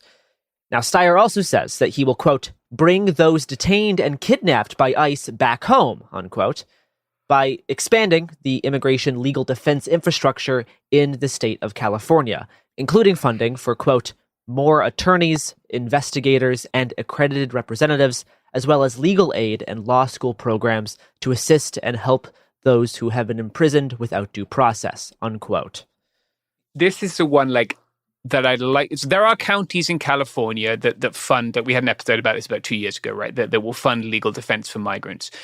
Traditionally, this has been, ICE works around this by moving people who have that legal representation out of the state as quickly as they can, and then refusing or making it very hard for WebEx motions for their attorneys to attend their hearings remotely. And what that does is effectively bleeds the program, right? Because then this attorney has to fly to Texas for a 15-minute hearing about rescheduling or something similar. I would need to there's a lot of other stuff here, like law school programs. That's interesting. I don't know what those would be. There needs to be something that stops them doing that, because that is what they did under Biden too. This is not a Trump era thing. This is very much something that happened under Biden, and it will happen again if the state of California does this on a statewide level. I would imagine, especially let's entertain the idea that we have an election in 2028, that we have a Democrat president. ICE still has a massively expanded detention capacity. It could very easily move people out of California very quickly. Yeah. And so we need, there needs to be awareness of that. I would also say that, one of the tools that I don't see mentioned here that I think should be mentioned is SB 54 in California. SB 54, obviously there are different SB 54, but I'm talking about the California Values Act here. The one that prohibits law enforcement cooperation, except for certain exemptions with immigration authorities. That already exists. It's already there. And his statement's pretty brief, right? His PDF's only 3 pages. It might not go into all this detail. I would like to see that flagged, at least in further detail, when he's speaking about this, right? Because SB 54 prosecutions of cops are important, right? Because there are California agencies which appear to be flouting California law in order to comply with Trump's immigration goals. Yeah. And if we don't do that first, then I have a lot less faith that any of this other shit is going to matter. Yeah, I mean, obviously funding legal representation for immigrants, regardless, like, is a good thing. Yeah. But the effect that it could have could be curtailed by ICE, as James has said, by moving people quickly out of state. And it's unclear if Steyer is also talking about trying to help residents of California. Is it people who reside in California and have been taken by ICE, or is it people who are in ICE detention in California? In California, yeah. Yeah, like those are different categories, right? Like anyone, or the people in immigration detention broadly in California, to include anyone who would cross the southern border and then be detained, right? Like, this is all stuff that I'd like to see fleshed out. Maybe it will be. I am going to email his office and ask some of these questions. The last thing that Steyer has in this 5 list of promises is the promise to launch a statewide Know Your Rights, public education, and public awareness campaign. And Steyer writes, quote, backed by expanded protections against racial profiling, legal representation empowers detained individuals to report ICE's crimes to the special investigator and California's attorney general and take the agents to court, unquote. So he sees all these things like working in conjunction together to prosecute ICE agents and give immigrants legal representation so that the investigative unit can be aware of certain crimes by ICE agents. It's the most that I've seen any politician like put down as like an actual plan to go after ICE. Like some other people have employed this sort of rhetoric, but in terms of actually producing a plan to go about this is the most detailed that I've seen. And as James said, it'll be good to learn more about how he envisions this actually going into effect, and those certain details that it would be nice to have more detail on. Yeah. But as rhetoric and as an actual policy proposal, this is like the most advanced thing I've seen on actually trying to prosecute ICE and DHS. All right, so let's talk a little bit more about immigration, seeing as we're on the topic. First and foremost in this, what I want to talk about is this court filing by the ACLU and associated groups pertaining to the South Florida soft-sided facility, South, aka Alligator Alcatraz, right? The court filing has some really disturbing stuff, and it basically details what they claim to be the continued abuse of detainees despite a court order that should have prohibited some of this, or prevented it, rather. In their filing, they allege that attorneys were prevented from meeting with their clients, forced to make appointments, and we've seen some reporting on the physical abuse. I have not seen as much discussion of this, which I think is extremely concerning. Attorneys have been asked to submit copies of legal documents that they are bringing or to go over with their clients, right? Like, this would be a very clear violation of their attorney-client privilege, right? That those communications should be private between the attorney and the client. The facility denied detainees access to phones. This was part of the previous court order. They were to have access to phones and communications with their attorneys, as well as some other stuff. They had to be advised of their rights, posters explaining some of this stuff. This resulted in demands on the part of the detainees to restore their access to phones. I want to quote at length from the filing here, just so I don't make any false representations. Quote, after not having access to phone calls all day, people in their cages were getting frustrated with the situation, as these phone calls are the only way people can contact loved ones or speak with and secure an attorney. Detained individuals in Mr. Morphy and Mr. Hernandez Galban's cage began complaining loudly about the phones not working. Mr. Morphy and Mr. Hernandez Galban both reported that several guards who worked for CRS, it's the entity managing the facility, came to the cage and were taunting the detained individuals inside. Detained individuals began raising their voices in protests. The guards got more aggressive and were yelling and threatening to enter the cage. Mr. Hernandez Galban went to the guards to try and de-escalate the situation and advised the guards not to enter the cage at that time, fearing it would lead to violence. Mr. Morphy and Mr. Hernandez Galban both reported that another detained individual then went to the guards and an officer punched that person. Then the officers targeted Mr. Morphy. Neither Mr. Morphy nor Mr. Hernandez Galban know why they targeted Mr. Morphy.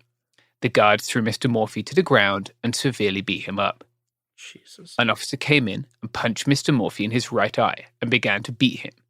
He was taken out the cage and thrown to the ground and beaten by multiple guards. He suffered injuries to his shoulder and arm and was kicked in the head. A guard placed their knee on his neck when the guard was trying to restrain him. Mr. Morphy does not know which guards are involved, as they do not wear ID badges, but he believes he would recognize them. The officers beat several other people during this incident and broke another detained individual's wrist. The officers then pepper sprayed everyone in the cage. A detained older gentleman passed out as he could not breathe. That's pretty horrific. This is just one day in one detention center. This is exactly what I was going to say. This is one cage on one day in one facility. And if these people had not been brave enough to speak out, then we wouldn't know. Or if these people had been deported before they could speak out, we wouldn't know, right? They didn't even have telephones to report this. If they hadn't had attorneys, we wouldn't know. Yeah, this is an insight into what's happening in this facility, and it is horrific. There are images that go with this. If people want to look them up, you can see some very clearly injured people, or you can see at least one very clearly injured person. Let's go on an ad break and then talk about Iran and some Molotov cocktails.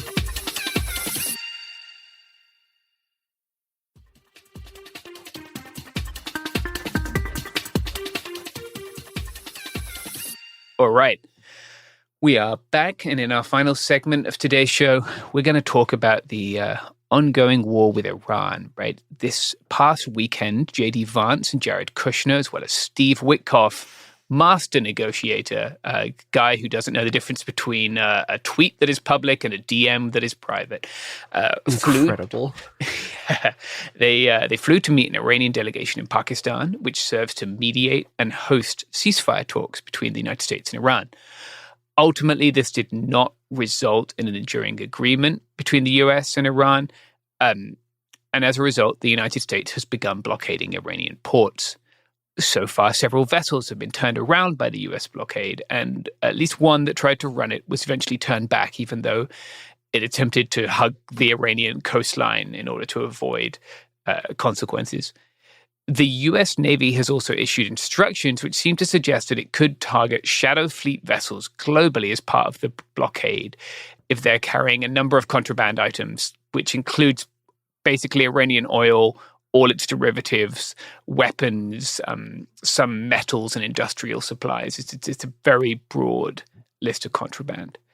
In the 13 claimed instances of ships being turned around so far, I have not seen any in which there was a physical interdiction. It seems that the United States ships contacted them by radio, advising them of the blockade. The blockade has not currently stopped some types of cargoes entering Iran. The notice to mariners suggests that humanitarian supplies can enter, but those vessels are subject to inspection. If this causes a cooling effect or just a reduction in the ability of Iran to bring in more food, this could cause serious food shortages. There's already been massive food price inflation since the war began, and Iran had previously tried to work around this, but a complete blockade would make that harder. Does seem that negotiations between the US and Iran are ongoing. We're recording this on Thursday, and the latest thing that I had seen has suggested that Iran is saying it might allow traffic through the strait if its assets are unfrozen. This hinges on the idea that Iran gets to decide who goes through the strait, right? The strait is wider than 12 miles is generally the territorial waters, right? Just so it is international waters. So the idea that Iran controls it, if the US signs some kind of deal which implies or outright says that, would be a massive victory for Iran, right? At least in that area. Meanwhile, the United States is amassing a massive naval force in the region with 3 carrier strike groups either there or heading there. That is approximately 40% of the USA's Navy. Interestingly, the George H.W. Bush is going around Africa to get there. The ship, not the man. That's correct. George H.W. Bush himself. He's swimming. He's got a wetsuit. No, yes, the United States ship George H.W. Bush is going around the southern tip of Africa. Geography understanders will notice that is the long way. The short way would be through the Suez Canal, right? Oh no, they're doing the Russo-Japanese war thing. It always goes great for the imperial power. Moving the ship around.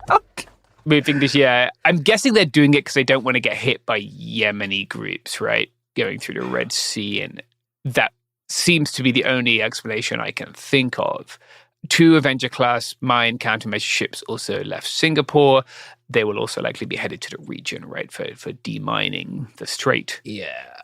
Meanwhile, it's worth noting that this ceasefire has not been universal, right? Bombing has not ceased in Kurdistan. This week, a Peshmerga of the Komala of the Toilers of Kurdistan, Ghazal Molan, a young Kurdish woman, died after sustaining injuries in a strike on Tuesday. It seems that it was very hard for the Komala to find medical care for her. I'm going to quote from a piece by the Hana Human Rights Organization here. Quote, she then required urgent higher-level treatment, including advanced imaging, specialist trauma care, and intensive care support. Hana has received serious allegations that the necessary treatment was not provided and that the subsequent efforts to secure admission or transfer to other hospitals were delayed or refused.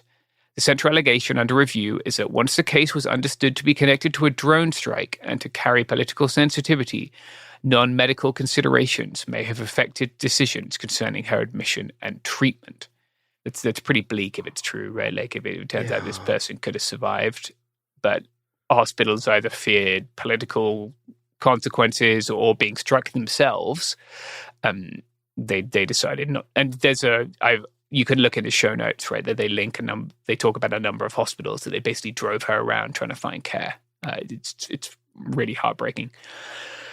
Again, other strikes have hit civilian facilities, including refugee camps that are associated with the Rojava groups in Kurdistan. And that seems to be like there is no ceasefire for the Kurds, right? It's the long and the short of it. Iran is taking this time of peace negotiations to kind of reorganize its military and to reassess its supplies. Even they have dug out some missiles and anti-air systems that were buried but not destroyed by strikes. And so they will be preparing for whatever comes next. If people want to know more about this, I made a whole episode which will have come out the day before this in the same feed, so you can listen to it there. This morning also, Trump announced a ceasefire deal for 10 days between Israel and Lebanon. We'll see if that turns out to be real, if Israel will abide by this, but that is like as of an hour ago while we record Thursday afternoon. Yeah, and it's worth noting there were literally thousands of violations of the last ceasefire that Iran had supposedly agreed to with Lebanon, so... Israel agreed to Israel had agreed to Lebanon. Yeah. Yeah, Trump had said that it was a, quote, separate skirmish in Lebanon, and thus it wasn't included in the ceasefire, which is a hell of a way to describe what's happening there. For our last story, let's talk about Sam Altman. Last week, a 20-year-old college student named Daniel Morano Gama traveled from Texas to San Francisco, California, and at 3:30 a.m. on April 10th, allegedly threw a Molotov cocktail toward the home of OpenAI CEO Sam Altman. The Molotov hit the top of the security gate on the driveway leading to Altman's residence. Then, at around 5 a.m., Morano Gama arrived at the OpenAI headquarters and tried to use a chair to break into the building through the glass doors, but was stopped by security. According to security personnel on site, Morano Gama stated that he came to the headquarters to burn it down and kill anyone inside. A federal affidavit alleges that after detaining Morano Gama, officers recovered, quote, incendiary devices, a jug of kerosene, a blue lighter, and an anti-AI document, unquote. This document was a 3-part manifesto, apparently authored by Morano Gama. The first part was titled, quote, Your Last Warning, and allegedly states that Morano Gama, quote, killed/attempted to kill Sam Altman, also writing, quote, if I'm going to advocate for others to kill and commit crimes, then I must lead by example and show that I am fully sincere in my message, unquote. The document then listed the names and addresses of investors, board members, and executives of AI companies. The second part of the document was titled Some More Words on the Matter of Our Impending Extinction. This section discussed the purported risk AI poses to humanity. The third part of the document was a letter addressed, quote, to Sam Altman, if you make it, and reads in part, quote, if by some miracle you live, then I would take this as a sign from the divine to redeem yourself, unquote. Muratogama's Instagram username was Butlerian Jihadist, in reference to the crusade against AI in the Dune novels. Yeah. This account had a collection of Instagram stories saved about the existential threat of AI. Now, we don't have a copy of this 3-part manifesto in full, but his Substack is still online and contains other writing about his belief that AI poses this existential threat to humanity. In this writing, his opposition to AI is not based on fears of disruptions to the economy, loss of jobs, or labor rights, but the belief that AI will become a superior race and wipe out or enslave humanity. In a post from January 6, 2026, he writes that AI will, quote, lead to human extinction because of the, quote, rapid progress in artificial intelligence, unquote, as well as that AI models are not aligned with humanity's interests. To quote this essay, ignore for a second these models' current limitations or questions on how truly intelligent or conscious these models may actually be. The truth is, all of these nuances are completely irrelevant to my argument. There are only 2 questions we should be concerned about at this moment. Is it willing to kill to preserve itself?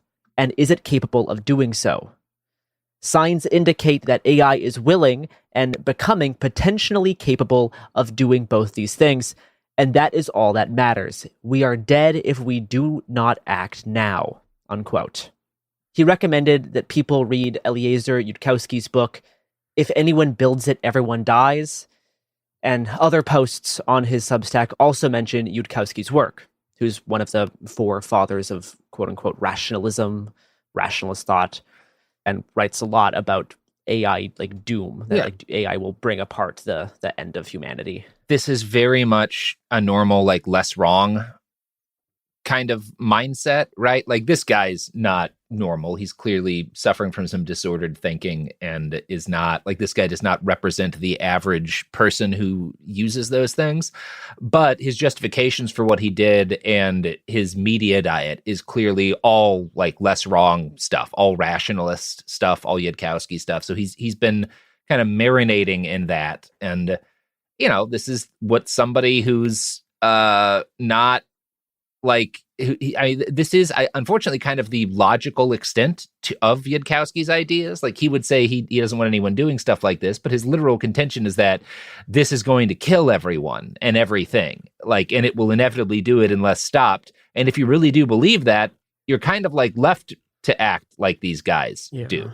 I think the responsible thing is for there to be an anti-AI movement that's not rooted in nonsense, which is, again, why we do the stuff that we do, because I'm very much against a lot of this shit, not because it's going to create a god that kills everybody, but because it makes the internet a lot worse and makes human thinking a lot worse and puts a lot of money into shitty people's hands and is just often unnecessary in many of its applications and outwardly, like, making some things worse, and that's not great. Yeah, and, like, you know, if you want to talk about, like, oh, this is actually going to, like, end humanity, it's like, well, yeah, it's also intensifying climate change, the thing that you would think these people would care about, but not really. I mean, sure, yeah, it's like I don't tend to focus on the fucking water use aspects of people complaining about AI, because there's so many things we do that are, like, horrible in those terms. Well, like, it's also, but I mean, also just like the energy, like the just power, the energy problem, energy, like the we've, energy like, cost thing is massive. Yeah, and like that is like we're just that burning a through lot all of our people. resources for, but like, scam bots. Yeah, it's just useless in a lot of, like, a lot of what it's being used for is pointless. Like, if you're able to, you know, create machines that are more accurately able to, like, scan for cancers or whatever, fine.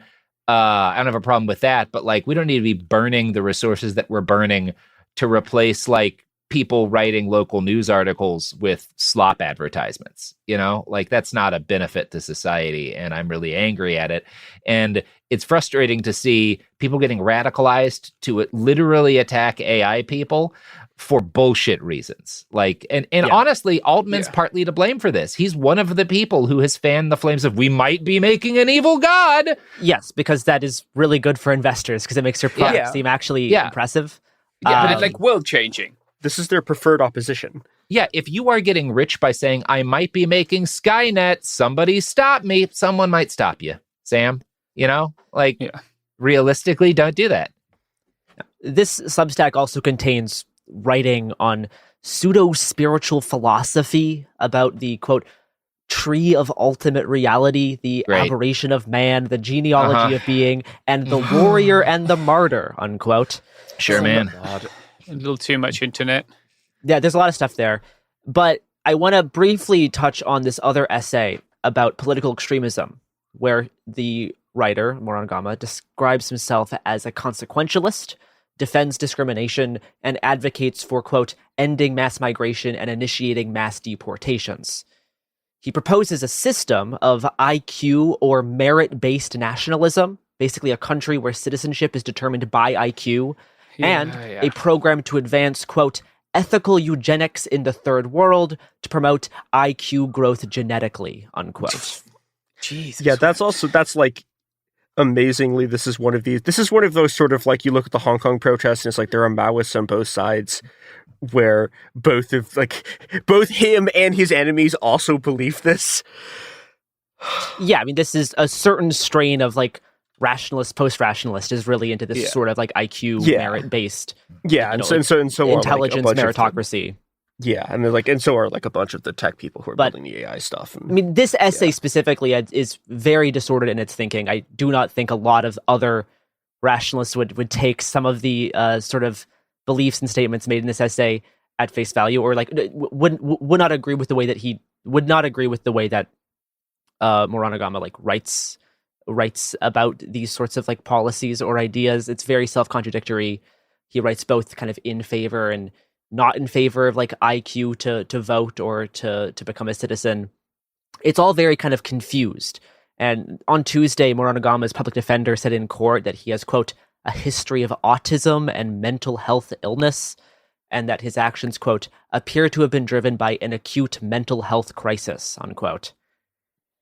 Now, interestingly, 2 days after the Molotov cocktail attack, Sam Altman's home was apparently targeted again in a drive-by shooting. A man and a woman in their mid-20s have been arrested, connected to that. And on Tuesday morning, a Molotov cocktail was thrown at the entrance of a Tesla sales office in New Orleans, igniting a fire at the front door. No arrests have been made connected to that incident.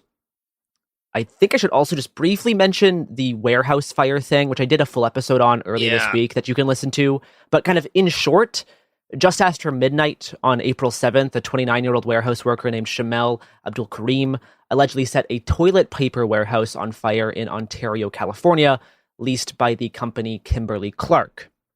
Abdul Karim allegedly filmed himself igniting 3 pallets of paper products on fire while saying aloud, "If you're not going to pay us enough to fucking live or afford to live, at least pay us enough not to do this shit. All you had to do was pay us enough to live. There goes your inventory," unquote. Now, according to the DOJ, this fire caused over $500 million in damages. That's $500 million in profit and $100 million in infrastructure. In the days after the fire, people started sharing viral clips of other warehouse fires across the country, asserting that a wave of copycat incidents were occurring where underpaid employees were setting their workplaces on fire. Now, none of these subsequent warehouse fires have yet been deemed arson. Most are still under investigation, but some do have suspected accidental causes, such as electrical failure, exploding lithium-ion batteries, and improperly mixed waste. At least one fire was at an abandoned warehouse, so there was no disgruntled worker setting his workplace on fire in that instance, most certainly. And warehouse fires themselves are actually pretty common. A report from the National Fire Protection Association found that from 2020 to 2024, an average of 4 warehouse fires occurred per day. The idea that the number of warehouse fires has suddenly increased is an instance of selective reporting, where a big national news story causes people to share local reports that appear connected, even if there is no direct connection. This happens a lot with aviation incidents, where after news of an accident involving a big commercial airliner, people will share local news reports of plane crashes, even if these just involve small private planes, which crash much more frequently. Now, I wrote about the warehouse fire story and the viral misinformation associated with it because I've been pretty consistent about the need to have an accurate understanding of the world in order to change it. But also, even if viral claims of copycat fires are unfounded, the memes and the reactions to the story, like Luigi Mangione, do demonstrate a form of class consciousness and do show an active willingness to rally behind such action. And the toilet paper arson story specifically is really compelling because this is just an everyday worker. This isn't like a Maoist bombing plot. This isn't an anarchist affinity group. It's not hard to grasp the motivation and politics of a worker saying, all you had to do was pay us a living wage. That said, passive engagement with content promoting individualist adventurism can serve as a cathartic substitute for taking political action, including the relatively tedious and difficult work of union organizing. Memes like this warehouse fire trend can have a positive outcome if the sort of energy that's channeled through this direct action and associated content could then be utilized towards actually building a labor movement instead of just being a way for influencers to attract engagement, which is the way a lot of this story has kind of perforated through Reddit, TikTok, Instagram, and Blue Sky and Twitter. So that's kind of why I talked about the story the way I did in that episode. And if you want more details about this viral meme, you can check out that episode from a few days ago. Let's see. I think that's everything. There's no more news left. We did it. We did all of the news. All right. We reported the news. Goodbye. If you want to email us, you can do so with your story tips. You can do that by emailing coolzonetips@proton.me. If you want to email us with your marketing or to suggest that your boss be a guest on our podcast, just don't. We reported the news. Hey, we'll be back Monday with more episodes every week from now until the heat death of the universe. It Could Happen Here is a production of Cool Zone Media. For more podcasts from Cool Zone Media, visit our website, coolzonemedia.com, or check us out on the iHeartRadio app, Apple Podcasts, or wherever you listen to podcasts. You can now find sources for It Could Happen Here listed directly in episode descriptions. Thanks for listening. Have you heard about Klarna? Klarna is an app designed to make everyday spending simpler and more transparent. It gives you flexibility to decide how you want to pay, whether that's paying right away, paying later, or spreading payments over time, depending on what works best for you. Everything is managed in the Klarna app, so you can keep track of purchases and stay organized. You can also discover deals and even earn cash back when you shop through the Klarna app with participating brands. It's all about flexibility and staying in control of how and when you pay. Download the Klarna app today or visit Klarna.com to learn more. Terms apply. California resident loans made or arranged pursuant to a California finance law license. NMLS number 1353190. Klarna balance account required to be eligible for cashback points. Limitations, terms, and conditions apply.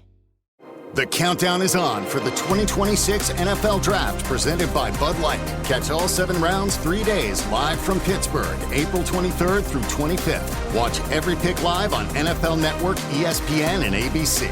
NFL Network is also streaming with NFL Plus. It all starts Thursday at 8 p.m. Eastern. Visit NFL.com/draft for more information. Subscription required for NFL Plus. Visit plus.nfl.com for terms. It never happens at a good time. The pipe bursts at midnight. The heater quits on the coldest night. Suddenly, you're overwhelmed. That's when HomeServe is here. For $4.99 a month, you're never alone. Just call their 24/7 hotline and a local pro is on the way. Trusted by millions, HomeServe delivers peace of mind when you need it most. For plans starting at just $4.99 a month, go to HomeServe.com. That's HomeServe.com. Not available everywhere. Most plans range between $4.99 to $11.99 a month your first year. Terms apply on covered repairs. From sauce to dust to nuggets. It's Taco Bell's new Diablo Dusted Crispy Chicken Nuggets. Are they mild? If they were mild, we'd have to change the name to Little Rascal Nuggets or Minor Nuisance Nuggets. Definitely Diablo. New Diablo Dusted Crispy Chicken Nuggets. A brand new classic. Only at Taco Bell. Picture being bounced! At participating U.S. Taco Bell locations for a limited time and while supplies last. This is an iHeart podcast. Guaranteed human.